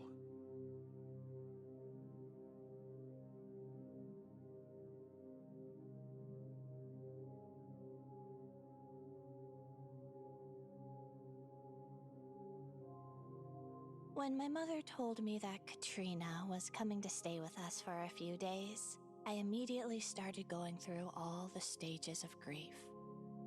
First, I tried to deny that it was going to happen, to which Mom replied that I'd have a say in house guests once I started paying half of the mortgage. That made me angry, so I gave her the silent treatment, pouty glares and all. When she seemed amused by that, I moved to bargaining. I told her I'd do all the housework for a month if Kat didn't come. I got a pat on the head, taken up on my offer to clean more, and, oh, by the way, she was still coming. Depression and acceptance occurred at the same time. I was miserable while I cleaned my room, making space on the floor for the air mattress that my cousin would use, and I grumbled loudly the entire time. Oh, cheer up, Buttercup. It's only for a week. A very long, very frustrating week, in which I would have to share my sanctuary with one of my least favorite people. Mom knew how I felt about Kat. I was very vocal about it. But it didn't change the fact that she let my aunt and uncle drop her off on our doorstep every time they went out of town. I was convinced they viewed their yearly vacation as a much-needed break from their daughter. But Mom said that was a terrible thing to suggest, and I wasn't allowed to verify whether it was true. Well, you're both a bit older now. Maybe you'll have more things in common. Try to be nice. But the moment Kat stepped into my room, I knew this visit would be no different than any of the others. She threw her things onto my bed, gave me a disinterested once-over, and pulled out her phone. Only 2 years separated us, but Kat had quite the queen bee complex and couldn't be bothered with someone so beneath her as a 14-year-old. Before bed that night, Kat took the invitation to make herself at home to the next level. She convinced my mom that the air mattress would be too uncomfortable and cause her back pain, so I was forced to switch. Kat watched me get settled on the mattress with a victorious smirk, and I wanted nothing more than to bean her right in her face with whatever was closest at hand. While I struggled to find a comfortable position, she reclined against her pillows and blasted obnoxiously loud music from her phone. I had only just managed to get Katrina to turn off her music, shut off the light, and agree to sleep when her phone rang. Instantly, I was sitting upright again, one of my pillows in hand, aimed at my cousin. "Don't you dare answer it." She scoffed, and I was reminded, once again, why I disliked her so strongly. I launched the pillow at Kat's face, but she smacked it aside and flipped me off before answering. To annoy me further, she put the call on speaker. Who is this? Katerina? Who's asking? This is Virginia Press. From school? There was something odd about the way the girl spoke. A nervous, twitchy energy that made me uncomfortable. Virgin? How did you get my number? Why the hell are you even calling me? Because there's something I need to say to you. This couldn't, wait until Monday? No, I need to say it now. Kat heaved a put-upon sigh. Fine, whatever. But when you're done, delete my number. I don't need weirdos like you calling me and pretending we're friends. That's your problem. You treat people like crap. You say what you want, you hurt our feelings, but you don't care. This is what you called? Shut up. You always get to do the talking, but it's my turn now. You're a horrible person, Katerina. You're nasty and mean, and you make everyone who isn't just like you miserable. The shock that crossed Katrina's face was delicious. I doubted anyone had ever spoken to her that way, and I was only too happy to have a front row seat when it finally happened. You've made me miserable for so long. I know it was you who made everyone start calling me virgin. I know it was you who photoshopped those pictures of me, and I know it was you who started the rumors about me being a lesbian. I can't go into the locker room or bathroom anymore without people screaming that I'm trying to look at them. Katrina mimed a yawn at me, and I scowled. This poor girl was obviously hurting, and Kat couldn't have cared less. People started calling my house and telling my parents. My dad wanted to throw me out. Not my problem, Virgin. It is, though. This all started because of you. I never did anything to you, and you've made everyone hate me. No, I didn't. They hated you because you're such a fucking freak. That's okay. Virginia's voice had become eerily calm. I thought I could hear wind whistling in the background. It's not going to be anyone's problem real soon. What? I just wanted to tell you. I wanted you to know so that you never doubted it. This is all your fault. Virginia started to scream. It was so loud, full of fear, and it went on and on for what felt like minutes, muffled only by the sound of the wind whipping wildly by. Kat fumbled to pick her phone up, desperately trying to hang up, and I wanted her to so badly, but her hands were shaking and clumsy. The scream ended abruptly in a heavy, wet thud. We stared at one another, eyes wide, speechless and pale. The phone crackled a couple of times and then went quiet.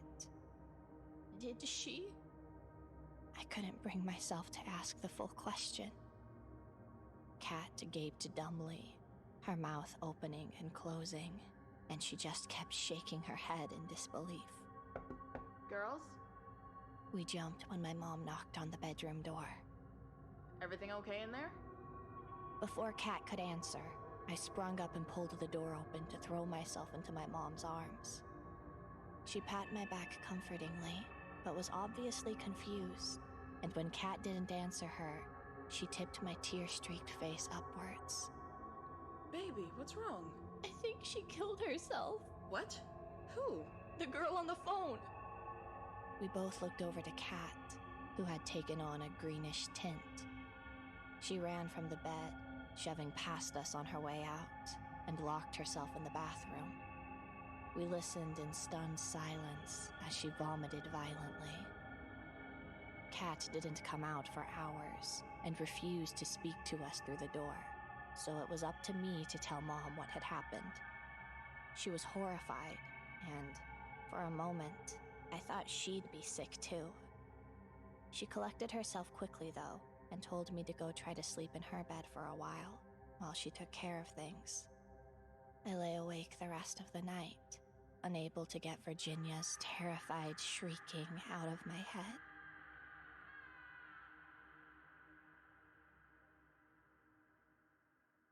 The police found her body the next morning at the foot of the town water tower. They said she used a pair of bolt cutters lying nearby to get through the chain link fence, and she'd climbed all the way to the top. That's why I heard wind when she was talking, I thought numbly, as we watched the story unfold on the news. She was already up there. After it got out that her last call had been to Kat, I thought for sure that she would be shunned for her part in the girl's death, but her friends rallied around her. They blamed Virginia for putting Kat through such an ordeal and said it was so cruel for her to do such a thing when Kat had only ever played harmless pranks. I was floored by their response and angry that they were turning Virginia into a villain, but there was nothing I could do. I'd never met the girl, hadn't even known who she was prior to that night. She'd just been another upperclassman lost in our crowded school. Kat seemed to recover from it all very quickly. Her parents offered to come back early from their vacation, but she declined. She was fine, she insisted. She was just going to put Virginia Press out of her mind and move on. She relished in the extra attention the situation was bringing, and I overheard her tell and retell the story multiple times, treating it like some kind of spectator sport. I was disgusted by her behavior, and after so many days, I told her so. She called me. I have every right to tell my story. Your story? Her death isn't your story. You're such a bitch. We started to argue, calling each other names and making catty remarks aimed to hurt. We were getting louder, more heated, and I was sure we were going to resort to physical fighting when her phone rang.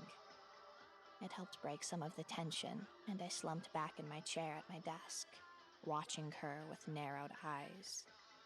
She tossed another insult at me before answering. Who is this? I watched the color drain from her face, and she hung up quickly. Who was it? I couldn't help asking. No one. Mind your own business. The phone rang again.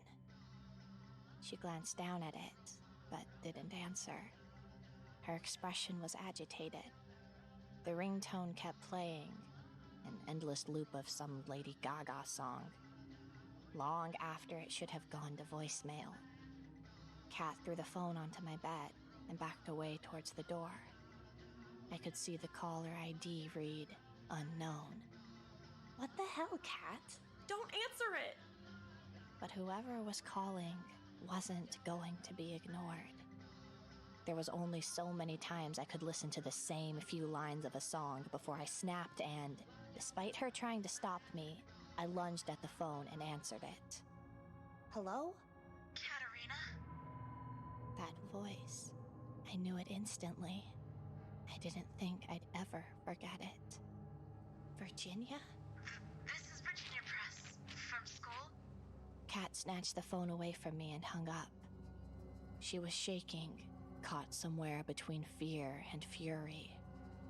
It's a prank. Some sicko trying to make me feel bad. Her phone went off again. This time, she answered immediately. I don't know who this is, but if you don't knock it off, I'm calling the cops. Shut up. You always get to do the talking, but it's my turn now. You're a horrible person, Katerina. You're nasty and mean, and you make everyone who isn't just like you miserable. Kat released a frightened sob and again cut off the call. We looked at one another, uncertain and afraid, and then down to the phone. It rang again. Kat tried to decline the call, but it didn't matter. It kept ringing. Give it to me. I tore the battery out of the back. The screen didn't even flicker. Kat and I bolted from the room, leaving both phone and battery on the floor behind us. As we ran through the kitchen, the house phone went off.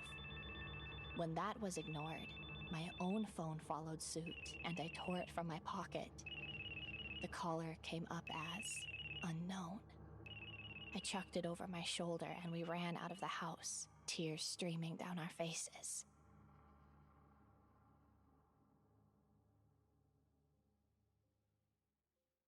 Mom came home to find us huddled on the front steps, shaking and crying and unable to tell her why. When she tried to get us back in the house, we begged her to take us over to Kat's and stay there for a while, but she refused unless we told her what was going on.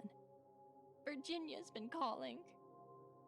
Mom was immediately sympathetic and sat between us, an arm around each of our shoulders.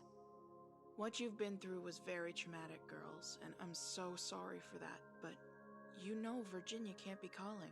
It was, though. Mom kissed the top of my head. It was probably just someone who sounded like her and you got scared. That's okay. But she said the exact same things. Our brains can trick us when we're afraid, baby, that's all. Kat, tell her.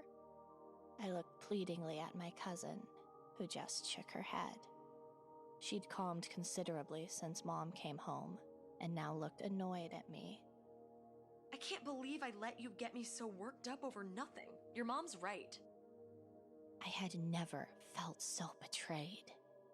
Before I could argue further, Mom handed off her car keys to Kat and told her to take me to the pizza place and grab some dinner, her treat.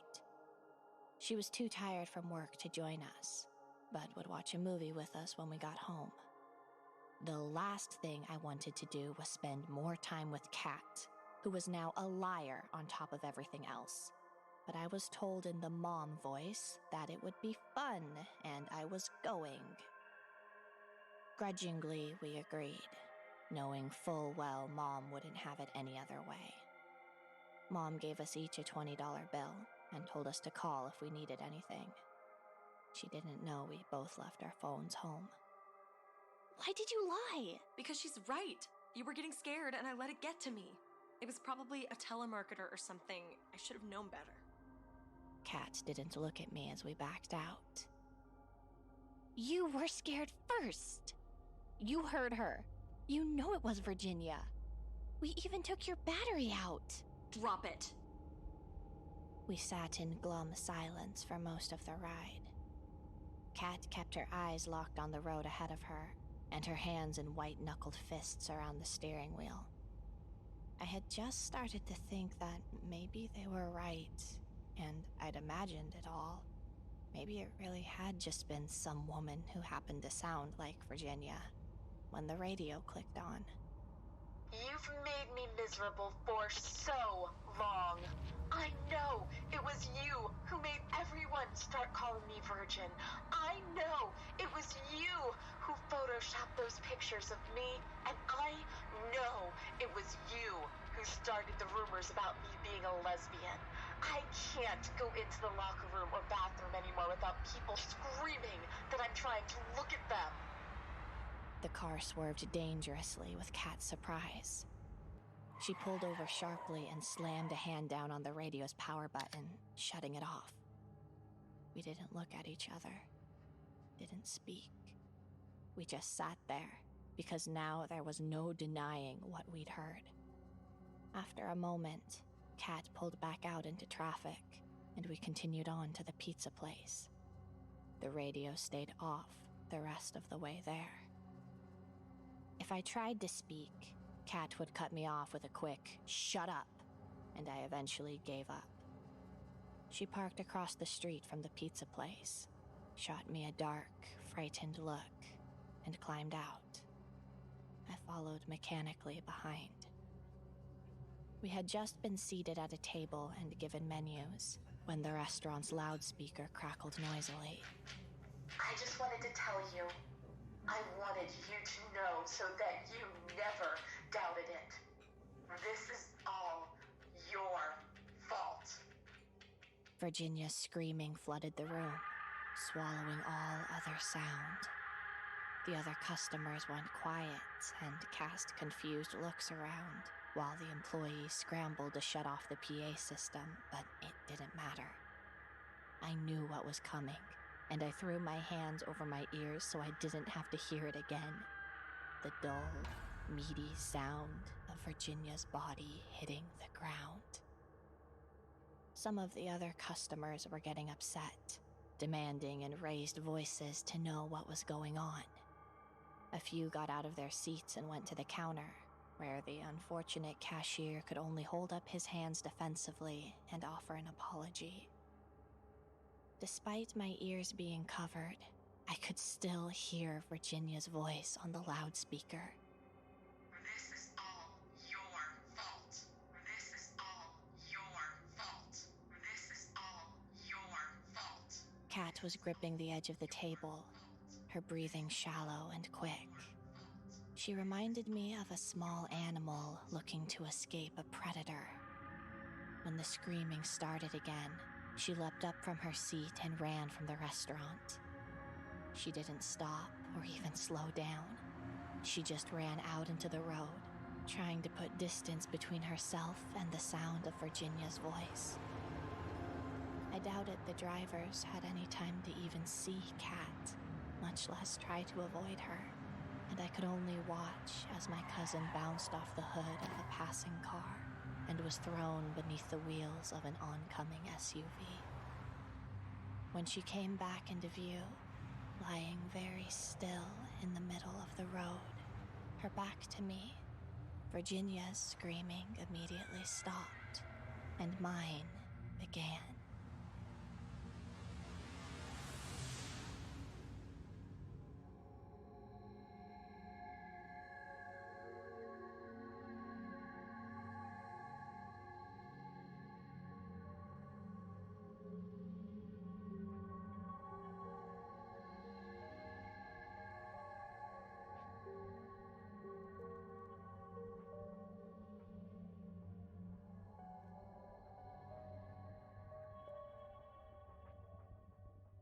You can expect good times and fond memories when a group of friends go on their traditional camping trip.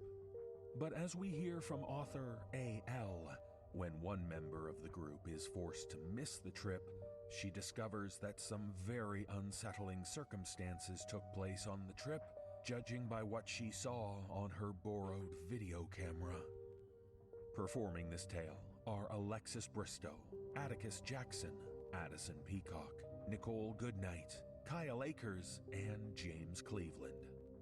If the mystery is to be solved, it will have to come from the clues found in the video footage.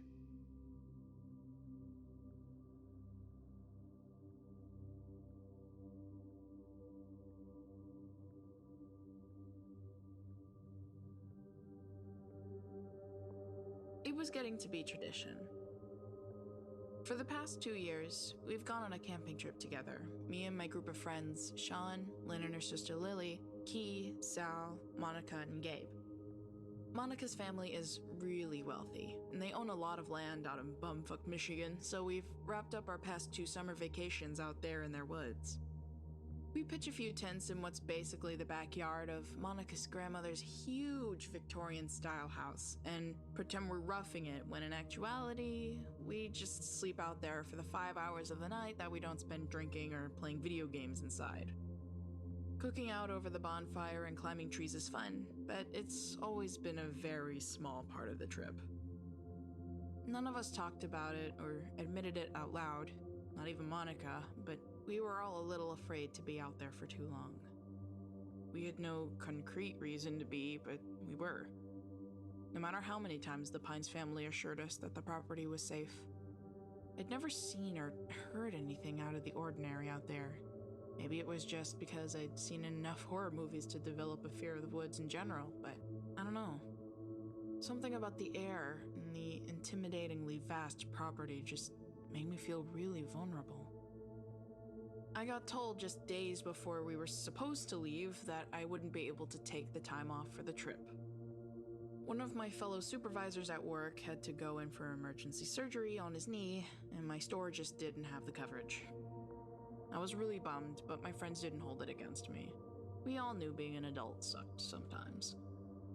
I told them that they could still use my cooler and my tents and my camcorder, and that they should video blog the trip for me. I hugged them all goodbye the morning they left, and then I went off to my shift. I told Sal to call me once they got there because I knew he would be the only one who'd remember to check in. Sal never called. None of them did. I left work at 10 p.m. and tried to text and call all of them, but none of them got back to me. I checked Twitter, Facebook, nothing from anybody. No updates since Gabe's hitting the road status from earlier that morning. I felt like throwing up.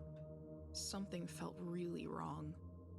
Key's mother called me as soon as I started to panic, and she sounded really rattled too. He hadn't talked to her all day, and he's really good about touching base with her when he takes trips. I'd later learn that that whole night, my friend's parents were all trying to get in touch with each other. None of them heard from their kids since they first got on the road. Monica's mom tried to call the landline to the house several times. Grandma Pines was out of town this year, but Monica should have answered if they were there. She didn't. Sean's father drove up to the Pines property the next morning with Monica's parents. He told me something felt off as soon as he stepped out of his car. When you pull up to the house, there's no fencing or anything, so you can see if anything is set up in the area surrounding it. He would have been able to see if everyone had set up tents and gear as soon as he got up the path, but there was nothing. But he said all the house's windows were open and all the lights were on. Within a half hour, they called the police. I was asked to come in, watch the videos, and answer any questions I could. I transcribed what I watched as best as I could.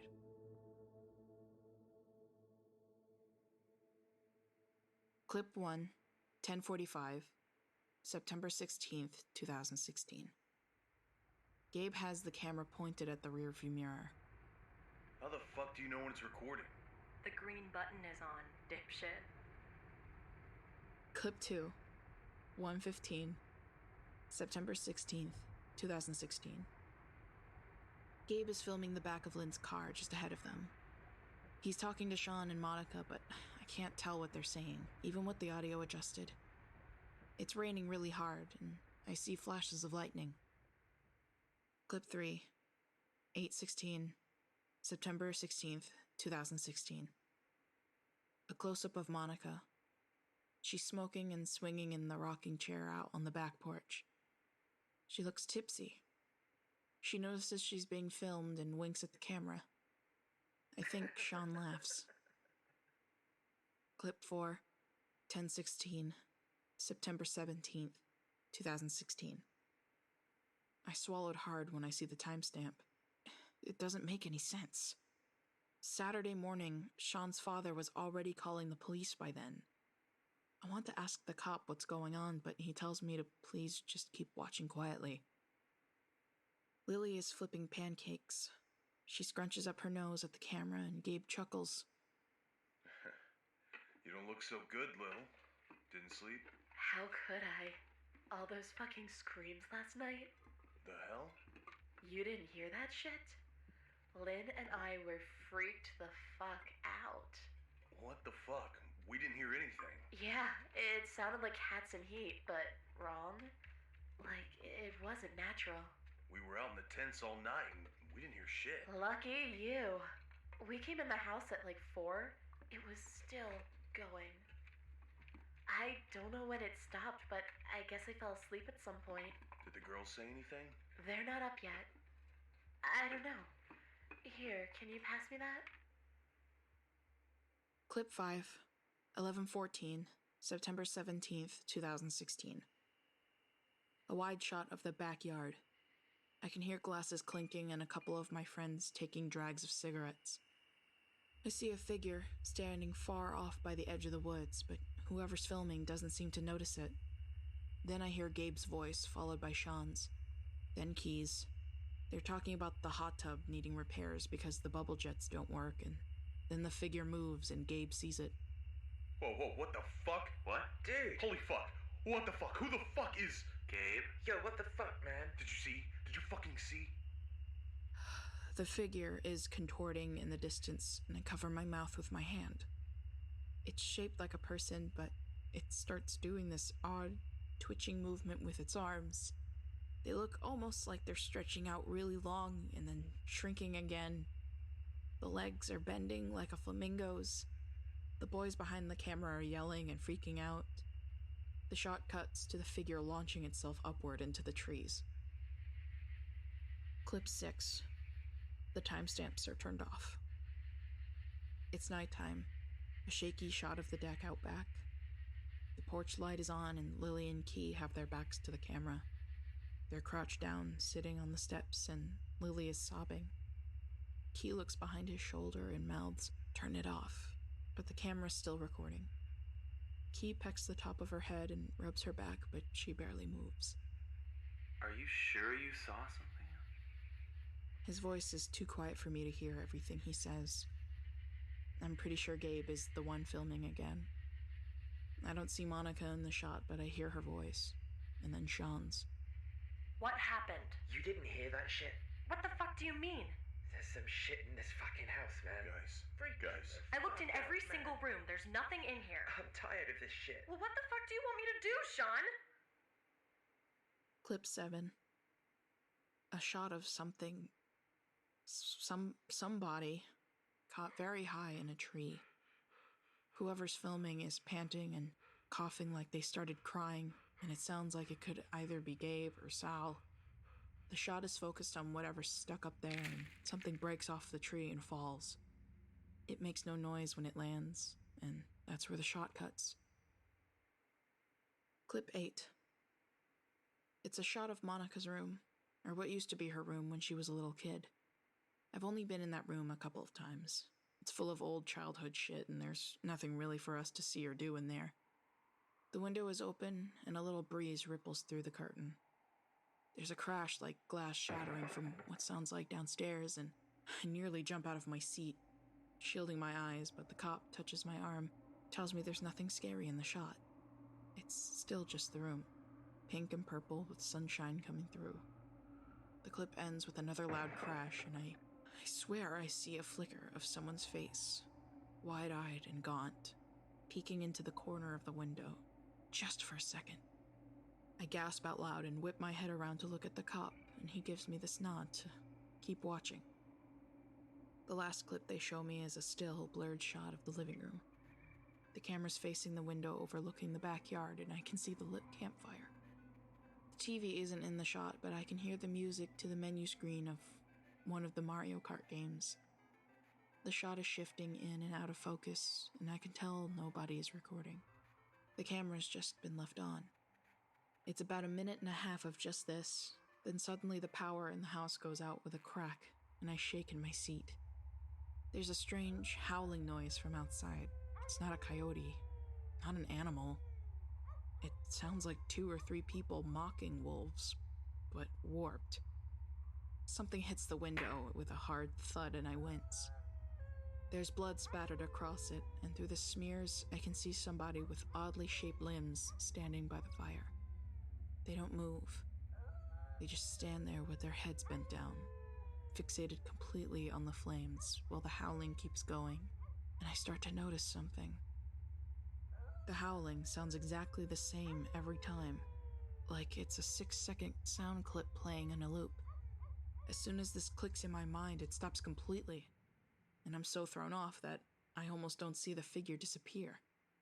It doesn't leave the shot, I don't see it move, it just vanishes. The fire goes out and the lights turn on in the house again. The menu music from Mario Kart is playing again, and I can hear my friends laughing. The clink of beer bottles, the shot goes blurred and then shuts off. That's all the footage they showed me.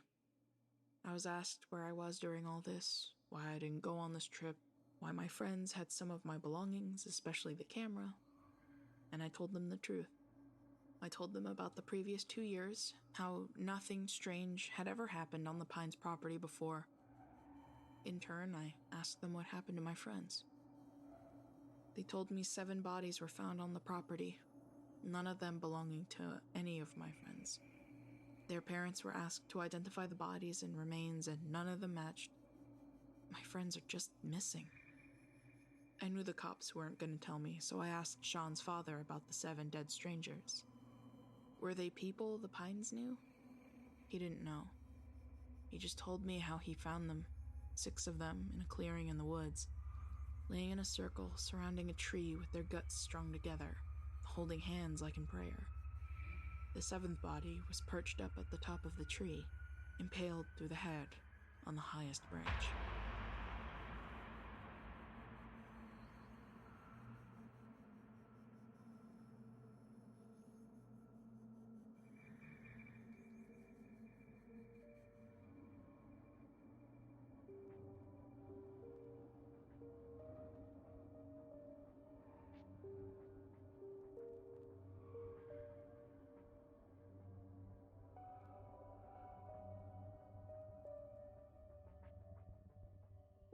Some of you might be familiar with the medical condition known as cataplexy, in which a strong emotional response can cause a person to suffer sudden physical collapse while still remaining conscious.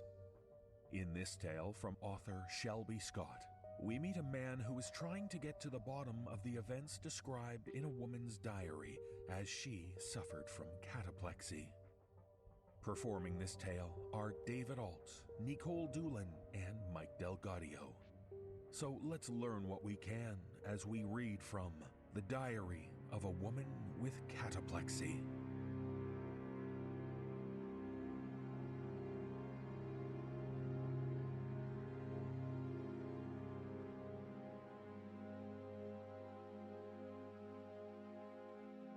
I work for a prestigious medical journal and was given permission by my supervisors to publish the following pages under the strict conditions that I do not reveal my name or the name of my employer. A diary was sent to our psychology department by the author's husband, with the hopes that they would help further the research into the neurological disorder known as cataplexy. Cataplexy is a medical condition in which strong emotion or laughter causes a person to suffer sudden physical collapse, though remaining conscious. Cataplexy can be a symptom of narcolepsy and can be often mistaken for narcolepsy. Cataplexy without narcolepsy is extremely rare, and there is no known cause. What you are about to read is the diary of a woman who suffers from cataplexy without narcolepsy. My employer deemed it unusable due to the fact that the subject was not being monitored during any of the incidences. I, on the other hand, have spoken with the subject's family. The husband said he was unsure if he should send the diary to a medical journal or to a parapsychologist. His hopes were that having the diary published in a medical journal would give it credence, and that his wife would not become known as a charlatan, as there is no further evidence to support the claims made in the diary's pages. I spent some time with the author's husband, and I believe her story needs to be heard. If modern science chooses to ignore this, then so be it. I will fight to make this known as a warning to those who have loved ones who suffer from the same illness. What they are seeing is real. Please help them in any way you can. I have transcribed the following word for word from a small brown leather-bound notebook. Its pages are mostly blank. September 2nd, 2012. Hello, diary. My name is Nika. It's a pleasure to meet you.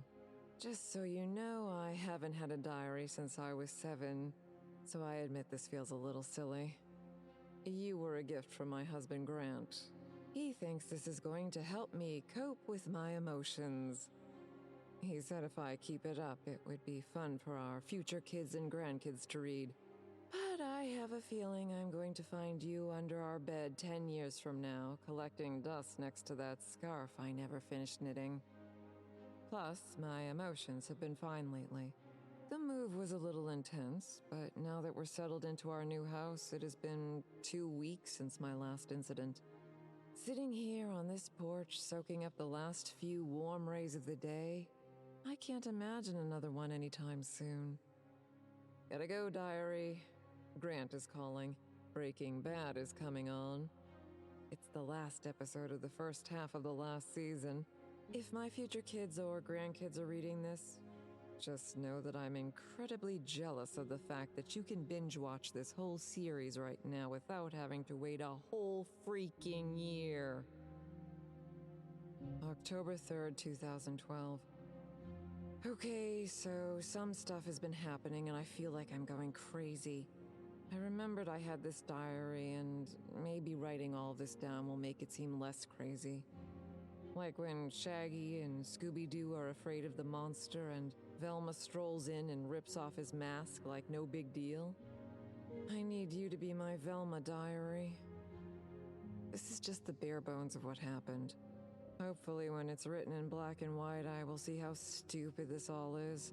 And everything is because of something completely not scary. Then it will be a funny story to tell at Thanksgiving. Remember when Nika thought there was a ghost in her house? Oh, that Nika. So brilliant and creative, is what they'll definitely probably say. Okay, so first things first. I've been having a lot of episodes lately. The medication that was working so well before has seemed to just stop. It still works if I'm super happy or even when I hear bad news on the radio. It works so well, in fact, that I thought my cataplexy was somehow cured. Wrong. Like I said, I still don't have a reaction to all the things I used to react to. Now it's different. I don't have to hear or see something. For instance, I was at the top of the stairs and it happened. Just going about my business, carrying some fresh towels up to the linen closet, and boom! The most intense feeling of sadness I've ever felt. My body buckled and somehow I managed to fall forward and not backward down the stairs. The towels I was holding saved me from any major damage to my face. Then, a few days later, I was in the shower when all of a sudden I felt this overwhelming sense of dread. Like bad. Like someone had just told me my entire family was dead. I dropped. I hit the tub hard enough to leave a sizable bruise across my right hip and thigh. The shower head was pointed right where my head landed. Luckily, Grant was home and heard the noise. Otherwise, I may have drowned. I called my mom and asked her if I've ever been triggered by seemingly nothing before, and she said no. She said it was always something fairly obvious.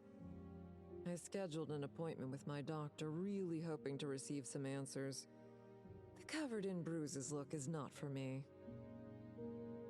October 12th, 2012. This has to stop.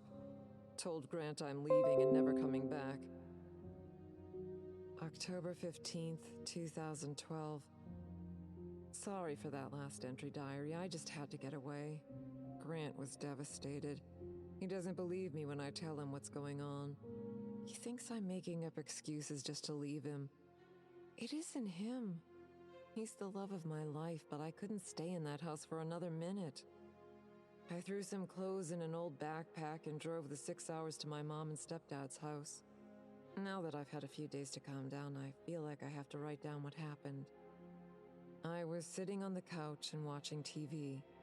It was late, probably about midnight. Grant was at a friend's house playing poker and said he would be home around 1:30 or 2. I was watching some old movie, it doesn't matter which. What does matter is that our couch faces our TV, duh. And from it you can also see past the kitchen to the sliding glass door that leads to our backyard. So I'm just sitting watching this movie when I start to get that bad feeling again. It was enough to make me pause the movie and look around, but not enough to trigger the cataplexy. That's when I saw it. I don't even want to describe it, diary. I feel like it can hear me or something. I think I have to, though, for posterity and all that. It was standing outside the sliding glass doors. It had wiry black hair on its head and skin that was charred and black. It looked like it was a man once. It had a broad, sinister smile, and its eyes were wide open, and it was staring right at me. I immediately fell sideways on the couch, losing control of my body. I was forced to stare at this horrible thing. It grabbed the handle of the door. Its hand looked like there was smoke or steam coming off it. The door slid open slowly. Immediately, the smell of burning trash and decay hit me square in the face. I think it was the smell that brought me back. Regaining control of my body, I sat up gagging. The thing was gone, but I know it isn't really gone. It's still in there, waiting for me. Grant got home about 30 minutes later. A friend dropped him off. I was sitting on the front lawn wrapped in a blanket. He was a little drunk, and I think he was embarrassed that I was sitting in our front yard sobbing like a crazy person. Especially since I started screaming that there was a monster in our house as soon as the car door opened. He tried to usher me inside, but when I refused, he carried me in, I packed my things while we fought. Stupidly, I told my mom and stepdad what happened. Now they just look at me with the same pitiful look you would give an old person with dementia. Mom made me an appointment with my old doctor. October 23rd, 2012. I think it's time to go home. I miss my husband. The doctor has mostly convinced me that I'm just having hallucinations. It's a common side effect of my condition. He put me on antipsychotics. They make me drowsy, but as long as I don't see the charred man again, I'll deal with it. November 1st, 2012. He got closer this time. I stepped out of our bedroom last night to get some water, and there he was at the other end of the hallway. That smell. The smell will never leave me, diary. It was the same as the last time I saw him. He had that terrifying grin. Smoke wafted from the cracks in his black skin. He had no clothes on. When I dropped, all I could see were his feet. He moved slowly towards me, his heavy footsteps leaving behind soot and viscera. Grant heard me fall. He came to my side and sat me up. I watched the charred man lift a finger to his disgusting lips. Then he spoke. They'll just think you're crazy. And he's right. November 2nd, 2012. Maybe I am just crazy. December 20th, 2012. He set our Christmas tree on fire. I know even Grant saw him this time. Why won't he admit it? Why would he rather make me think I'm insane? I'm not insane. I don't know who the charred man is, but he was there. I saw Grant see him. He appeared in our living room while I was wrapping presents on the floor. When I collapsed, he laughed. Smoke pouring from his open mouth. He brushed his burnt fingers over the branches and it went up like kindling. When Grant smelled the smoke, he ran in. The charred man was almost able to reach me this time. He even stretched out his arms to grab me. His skin splitting and oozing out red and clear liquids that smelled of decay. I looked over and Grant was standing on the other side of the tree. It's as if through the fire he could finally see him. The look on his face said so much, and when he bent over to vomit, that said the rest. The charred man backed into the fire, disappearing for now. As soon as I could snap out of it, I grabbed my phone and called 911. Grant won't talk to me. I think he's afraid of me. December 28th, 2012. They can lock me away, but the charred man will still come. The following entry was written in strange brown ink. There were also water stains on the pages that don't appear on others. There is no date noted. Grant looks so peaceful when he sleeps. I screamed and yelled. I pointed at the remains of our living room. I picked up the half-melted angel that had fallen from the top of the Christmas tree and threw it at him. He just looked at me with pity. He looked at me like he was sorry. I thought it was because he believed me. They had to restrain and sedate me. I couldn't stay, though. I have to stop the charred man. I have to save Grant. This is our house, not his. I love you, Grant. This is where the diary ends. I visited Grant to gather more information. He says that Nika returned home that night. She was described to be wearing a hospital gown and was soaking wet. He says that he awoke around 3 a.m. to see her walking out of their bedroom. He was alarmed, as she had been committed by court order to the local mental health facility after starting a large fire in their home. She was deemed a danger to herself and to others. I recorded our conversation.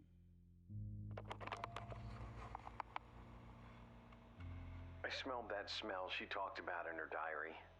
It was like burnt trash and rotting meat. I jumped out of bed. I mean, my wife was walking around in a wet hospital gown. I was furious with the hospital for just letting her waltz out. But I think I was more embarrassed having to face her after doing that to her. But I didn't know what else to do, you know? Christ. What kind of fucking asshole does that to his wife? I had her chucked in a fucking loony bin. And what happened when you got to the door of your bedroom? Did you see your wife? Yeah, I saw her. And even in that wet hospital gown, hair all stuck to her face. Oh, she was so beautiful. She looked back at me and smiled. Before I could say anything, I heard this loud roar. It rattled the whole house. And then I saw it. It was at the other end of the hallway. She wasn't crazy. She was never crazy. There it was. Black skin that was cracked and oozing blood and pus. Big white eyes. Oh, and that shit-eating grin. What did you do? I pissed myself. Look, it was like nothing I had ever seen before, and it was here to do something to my wife. I don't know what he wanted with her. I didn't know how to protect her. How do you fight something like that? I didn't know if it was a demon or a zombie. Do I invoke the name of Christ or shoot it in the head? You know, I didn't have to do anything, though. She saved me. Your wife? Yeah. She stared that motherfucker down like a lioness protecting her cub. She was calm, but serious. She said to it, "Get out of my house." It said something to her, but I didn't understand it. It sounded like it was speaking Latin or something. Whatever it said, it made her angry.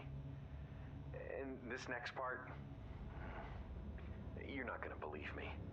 I don't believe me sometimes, but I saw it with my own eyes.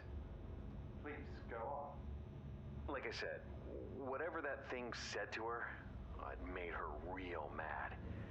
She took a deep breath and shrieked like a banshee. All the glass in the house busted.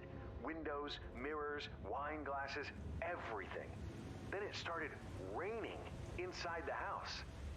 That was the last thing I saw before I passed out. That sound, it busted both of my eardrums. I also had a concussion. The thing was gone, and so is she. I have a feeling she won, though. Just this sort of calm feeling, you know? So you haven't seen her since that night? No. She's probably off doing something more important, you know, than visiting the asshole that had her committed instead of helping her. This is difficult to ask, but you are aware that your wife was found deceased at the county mental health facility the night you saw her. Her estimated time of death is 3 a.m. She drowned in a bathtub. Yeah. They said it was suicide. But there were third-degree burns all over her arms and throat. They never could answer why that was. Oh, but I know. It finally got her. It made a mistake, though, because she came back. She came back mad as hell.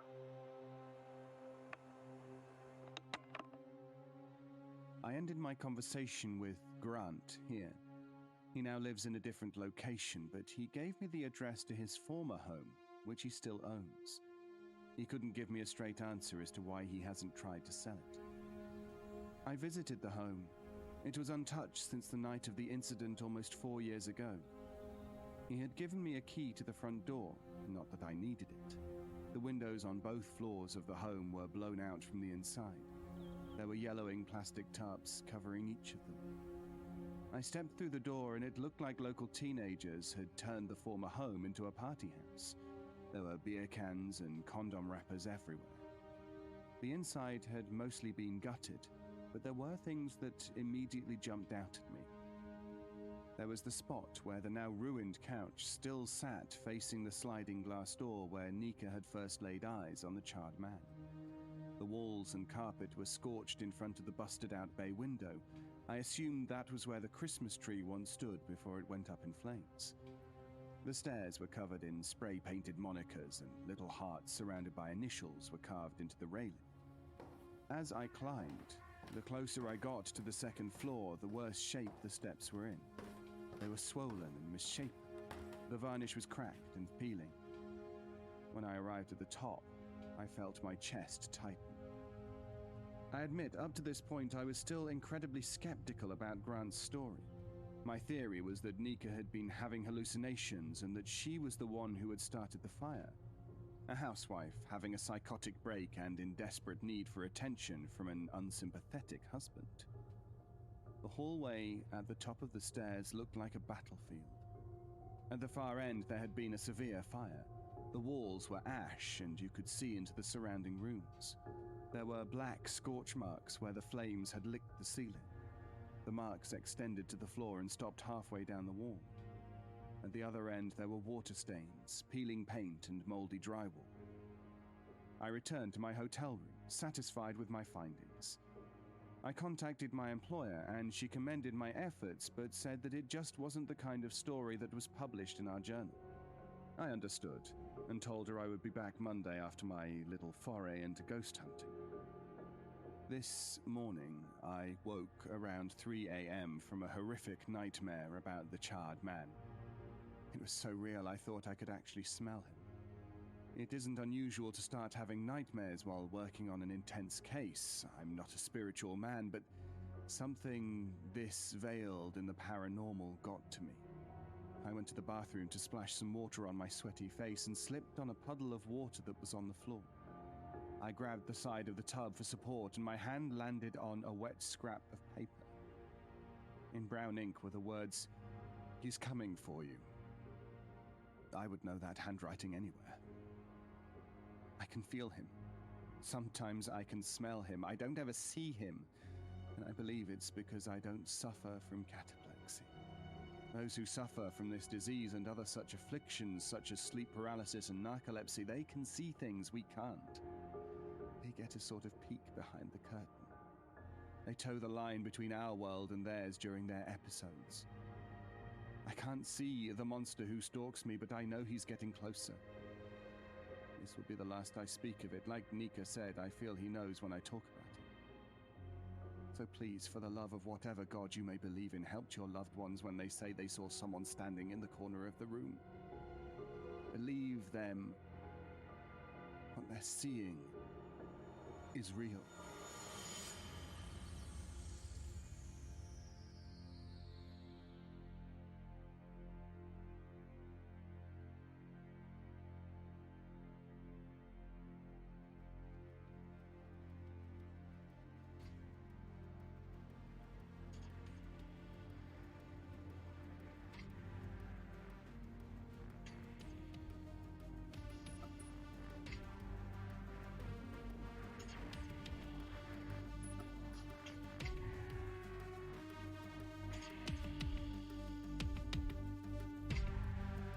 Time in our netherworld has come to an end. We release you back into your own reality. If you would like to find out how you can hear the full-length versions of our audio program, please visit the Nosleeppodcast.com to learn about our Season Pass program. 25 episodes, each over 2 hours long, and 3 exclusive bonus episodes, all for only $19.99. On behalf of everyone at the No Sleep Podcast, we thank you for listening. Join us again next week when our unseen hands will drag you down into our dark storyland. This audio production is copyright 2016-2017 by Creative Reason Media, Inc. All rights reserved. The copyrights for each story are held by the respective authors. The name The No Sleep Podcast is a trademark of Creative Reason Media, Inc. No duplication or reproduction of this audio program is permitted without the written consent of Creative Reason Media, Inc.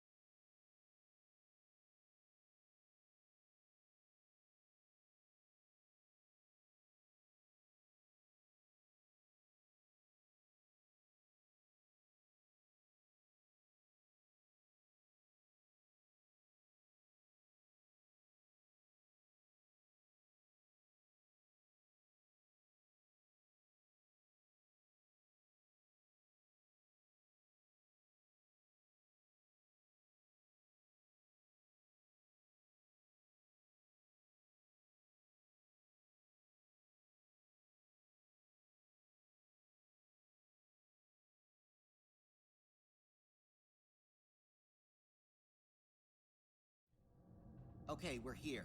You know the rules. If you want to be in the cool club, you have to brush your teeth on the third-floor bathroom of the abandoned Murray house. Okay.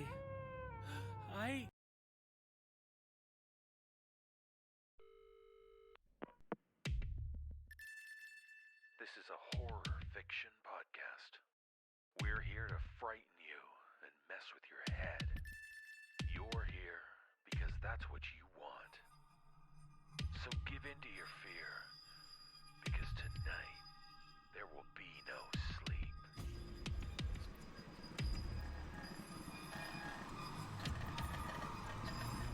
Brace yourself for the No Sleep Podcast. For the dark hours, dare not close your eyes. Tales of horror to frighten and disturb. Join us as the sleepless hours tick past.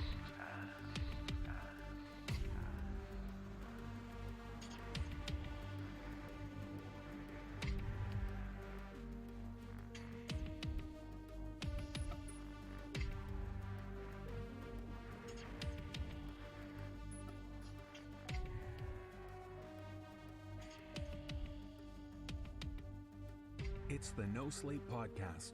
I'm David Cummings. Thanks for joining us. On this week's show, we have 4 tales about contrasts, conflagrations, and conspiracies. As Halloween draws ever nearer, I want to remind everyone about our contest for Ouija, Origin of Evil. Mike Flanagan's excellent horror film has been released to rave reviews. It's above 80% on Rotten Tomatoes. Make sure you include it in your plans this Halloween season, and enter to win some great Origin of Evil merch and an official Ouija board signed by Mike and Kate Siegel. Go to contests.thenosleeppodcast.com to enter before the end of Halloween night. Our final story this week is from author Dustin Chisholm. Dustin's work has been featured on the show in the past, including the Halloween tale Duncan Dan the Pumpkin Man. He has recently released his first book called Our Friend the Night, 7 Tales of Terror. It features 6 short stories and the novella God's Little Soldiers. Check the show notes for a link to where you can find the book and treat yourself to some spooky reading during this season of fright. And of course, I want to make sure everyone is aware of our big Halloween episodes coming out next weekend.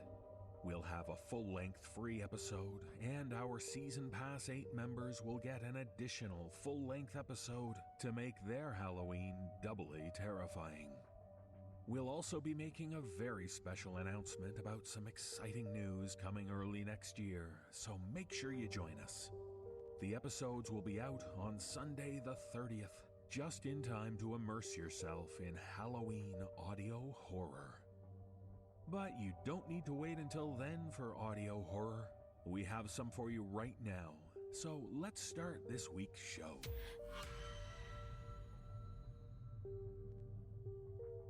In our first tale, we meet a man who has recently endured a heart attack. Not easy for a relatively young man. But as explained by author L.R. Cole, it isn't just the physical trauma that the man deals with. He soon realizes that there is a more external problem to his ordeal. Performing this tale is Peter Lewis, so make sure you know exactly what's going on around you, or you may find yourself neither here nor there.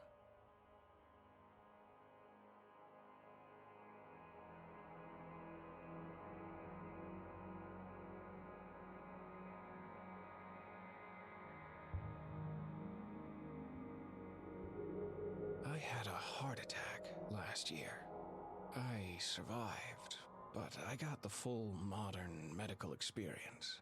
The ambulance, the emergency room, the cardiac unit, along with something I hadn't expected. But more about that later. I was glad to be back at home after spending a week primarily in a hospital bed. It's hard to sleep in a hospital. The beds suck, and it's never really dark, and certainly never completely quiet. In contrast, my own bed was like nirvana, at least for a while anyway. After being home a few days, I got back into the routine of taking my daily walk around the lake that is located just across the road from my townhome. It was glorious to be back in the fresh air and enjoying the simple things, like watching the eagles search the lake for a meal, the cormorants perched in the trees overlooking the water, and the usual collection of squirrels, rabbits, and turtles going about their daily routines. There were even a few deer and a lone coyote spotted one morning, which only added to the enjoyment. On one particular day, one of those near-perfect blue sky and cloudless mornings, I was taking my usual 3.5-mile stroll around the top leg of the lake. About halfway through my journey, I sensed someone approaching me from behind. You know the sensation. You can't see them, you can't hear them, but you just feel the presence of another person. In anticipation of soon being passed, I moved toward the right edge of the path, giving whoever was nearing clear berth. Within the next few seconds, I caught a shadow out of the corner of my eye on my left. I turned slightly to get a full view of who was approaching, but when I did, I saw no one, just my own shadow. Puzzled, I did a complete 360 to determine where my fellow stroller had gone. I saw no one, nothing. After a few moments, I resumed my walk and returned home. A strange experience indeed, but nothing that couldn't be explained by a trick of the light or simple imagination. That same night, the dreams began. Every night for the next week I dreamt, and it was always the same. I am lying in my own bed, asleep. I open my eyes and see a dark figure standing over me. A man, that much I know, but he is not completely there, almost translucent in his makeup. He is wearing what looks like a blue denim work shirt, and I can clearly make out the name Jonathan embroidered on the pocket. After a few moments, he speaks in a voice that seems to come from far away. You have something of mine, and I'm gonna need it back. I ask him who he is and what exactly I have of his. In every dream, his answer is always the same. That's neither here nor there. It's then that I awake, usually drenched in sweat and breathing hard and heavy.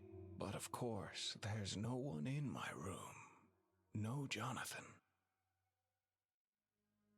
As the weeks went by, the pattern kept repeating. Walking in the sunshine, sensing someone approaching who never quite arrives, just the hint of a shadow glimpsed out of the corner of one eye. And then the dreams at night, increasingly troubling in themselves. I began to search the internet, thinking that maybe the trauma of the heart attack could be the reason for these strange imaginings. Could they be the product of some rare side effect from one of the medications I was on? Too much caffeine, not enough caffeine? Or maybe just an overactive imagination brought on by listening to those goddamned spooky podcasts at night before bed. In any case, my research came up empty. Nada. Zilch. I thought of calling the doctor, but then what would I say? I think I'm being followed by someone who's not there but really might be. I'm having some strange dreams involving some guy named Jonathan. The doctor may just want to send me to another doctor who specializes in people who see and hear things that aren't really there. I wanted no part of that. If I was crazy, I preferred to keep that fact to myself. In the third week of my, we'll call it a malady, I was out once again enjoying my daily walk around the lake. The sun was shining, the sky was blue, and all seemed right with the world. At least as right as it could be, if right included hallucinations and nightly dreams. I'd even gotten sort of used to catching that shadow out of the corner of my eye. On this day, however, the weird got weirder.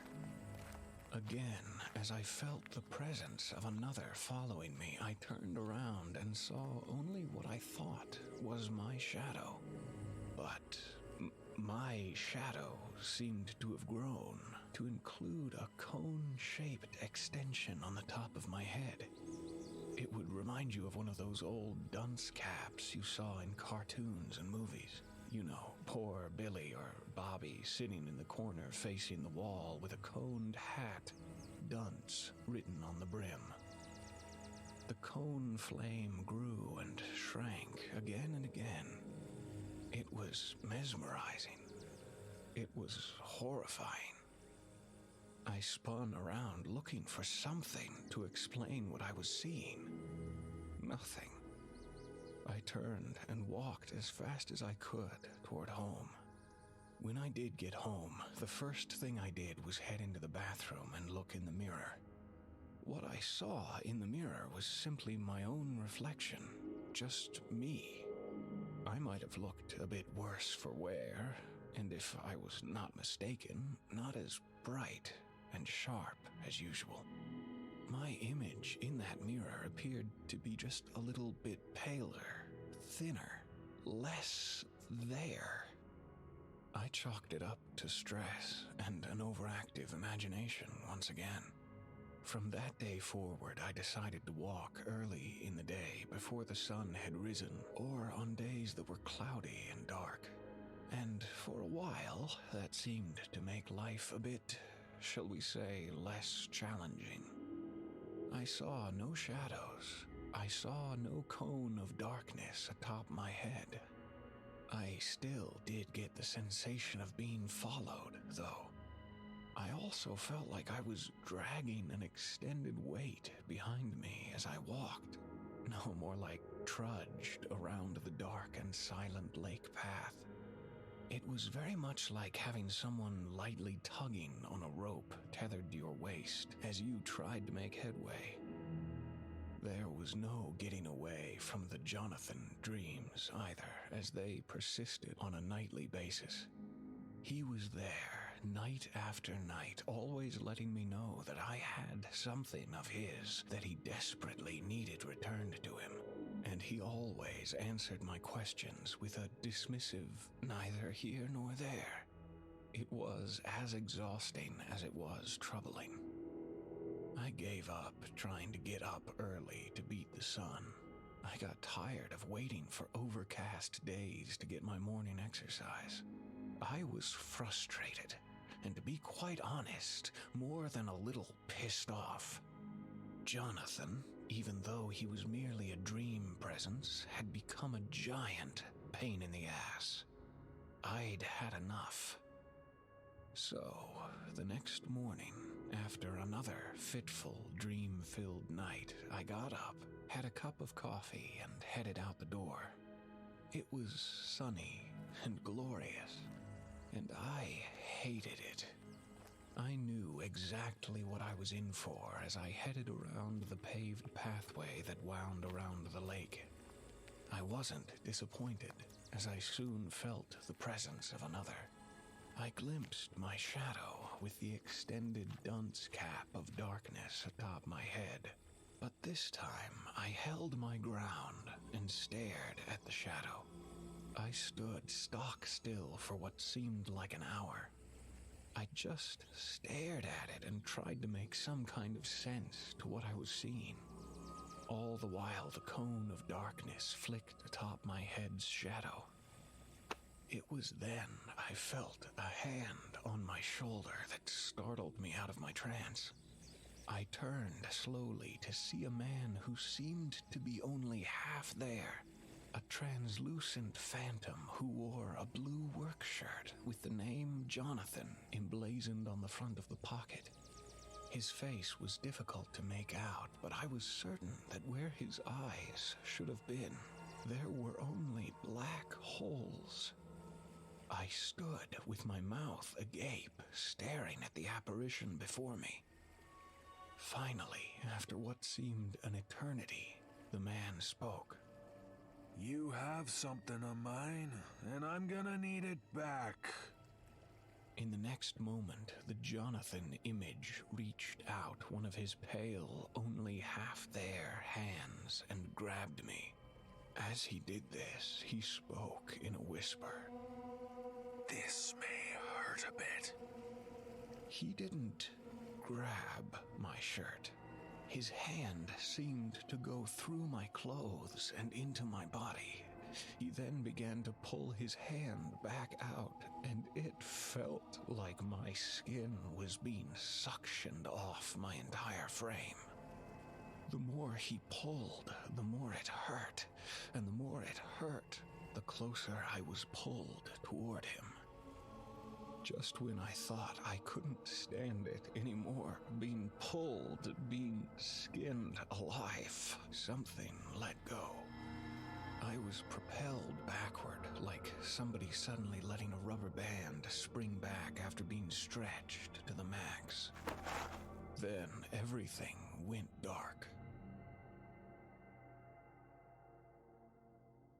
When I came to, I was sitting on my ass and staring up at where the ghost was only moments before. There was nothing there.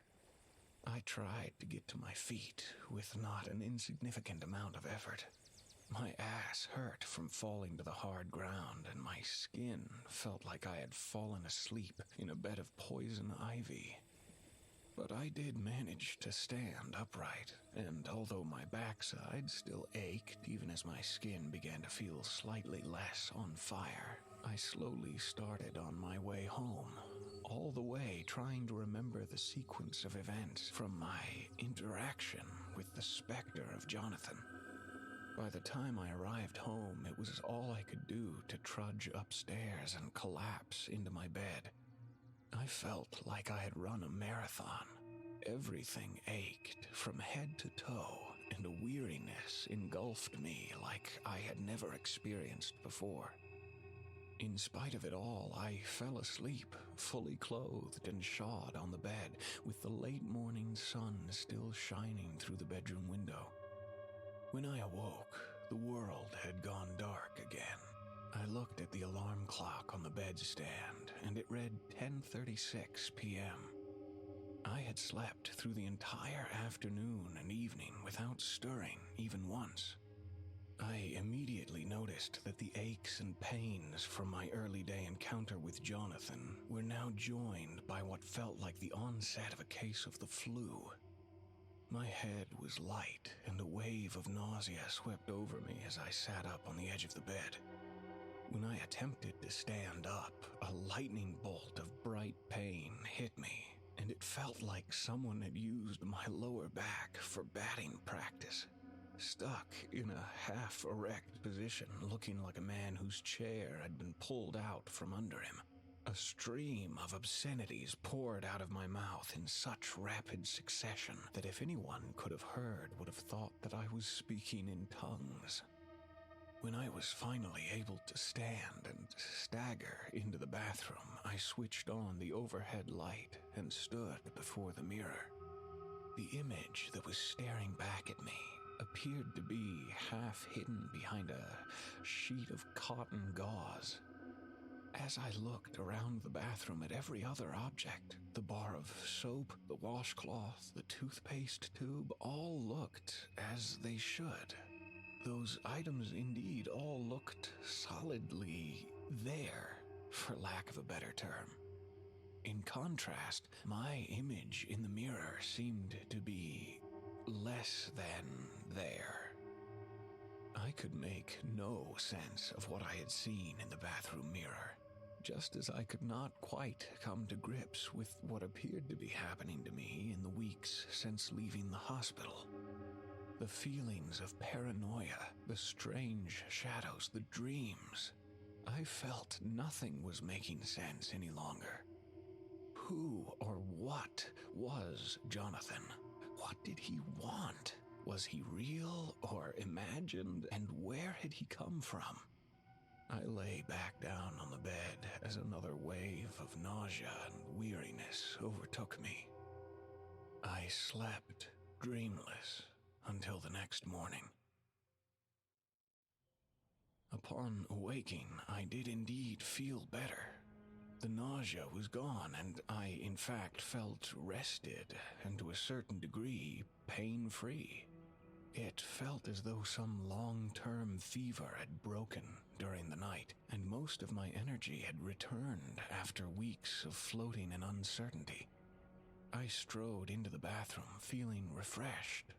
I took a hot shower, had some coffee, and headed out the door, ready to enjoy some fresh air and sunshine.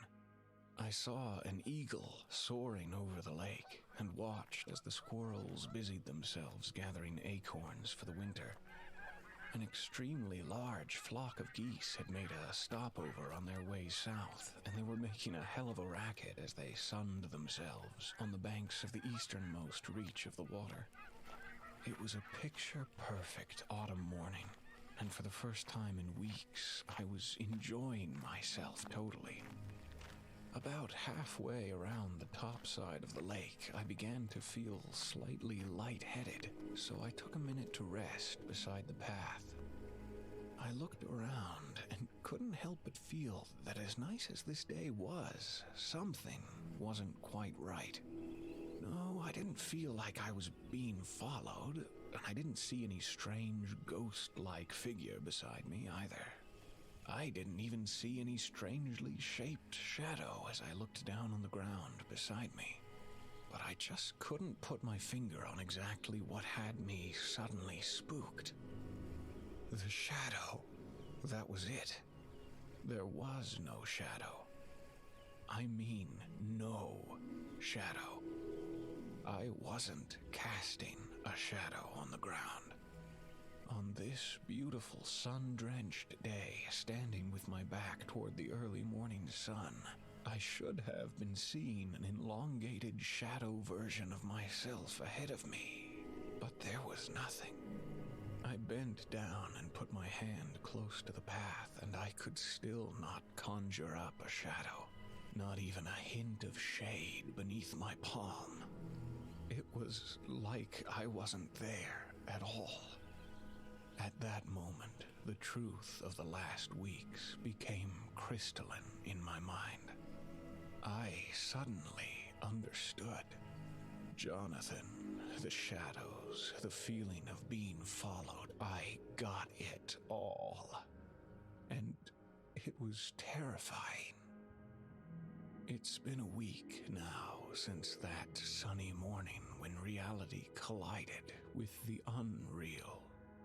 I get up every morning, and every morning the first thing I do is look in the bathroom mirror to see if I'm, well, still there. Because you see, every day the image in the glass staring back at me is a bit less vibrant. I've come to accept that what I am seeing is, in fact, real. I still take my morning trek around the lake, but I don't enjoy it like I once did. I miss my shadow. I feel like less than I was before this all happened. I sometimes feel that I am gliding along the path, my feet not touching the ground. I'm reminded of that old Joni Mitchell song with the lyrics, "You don't know what you've got till it's gone." Indeed, I know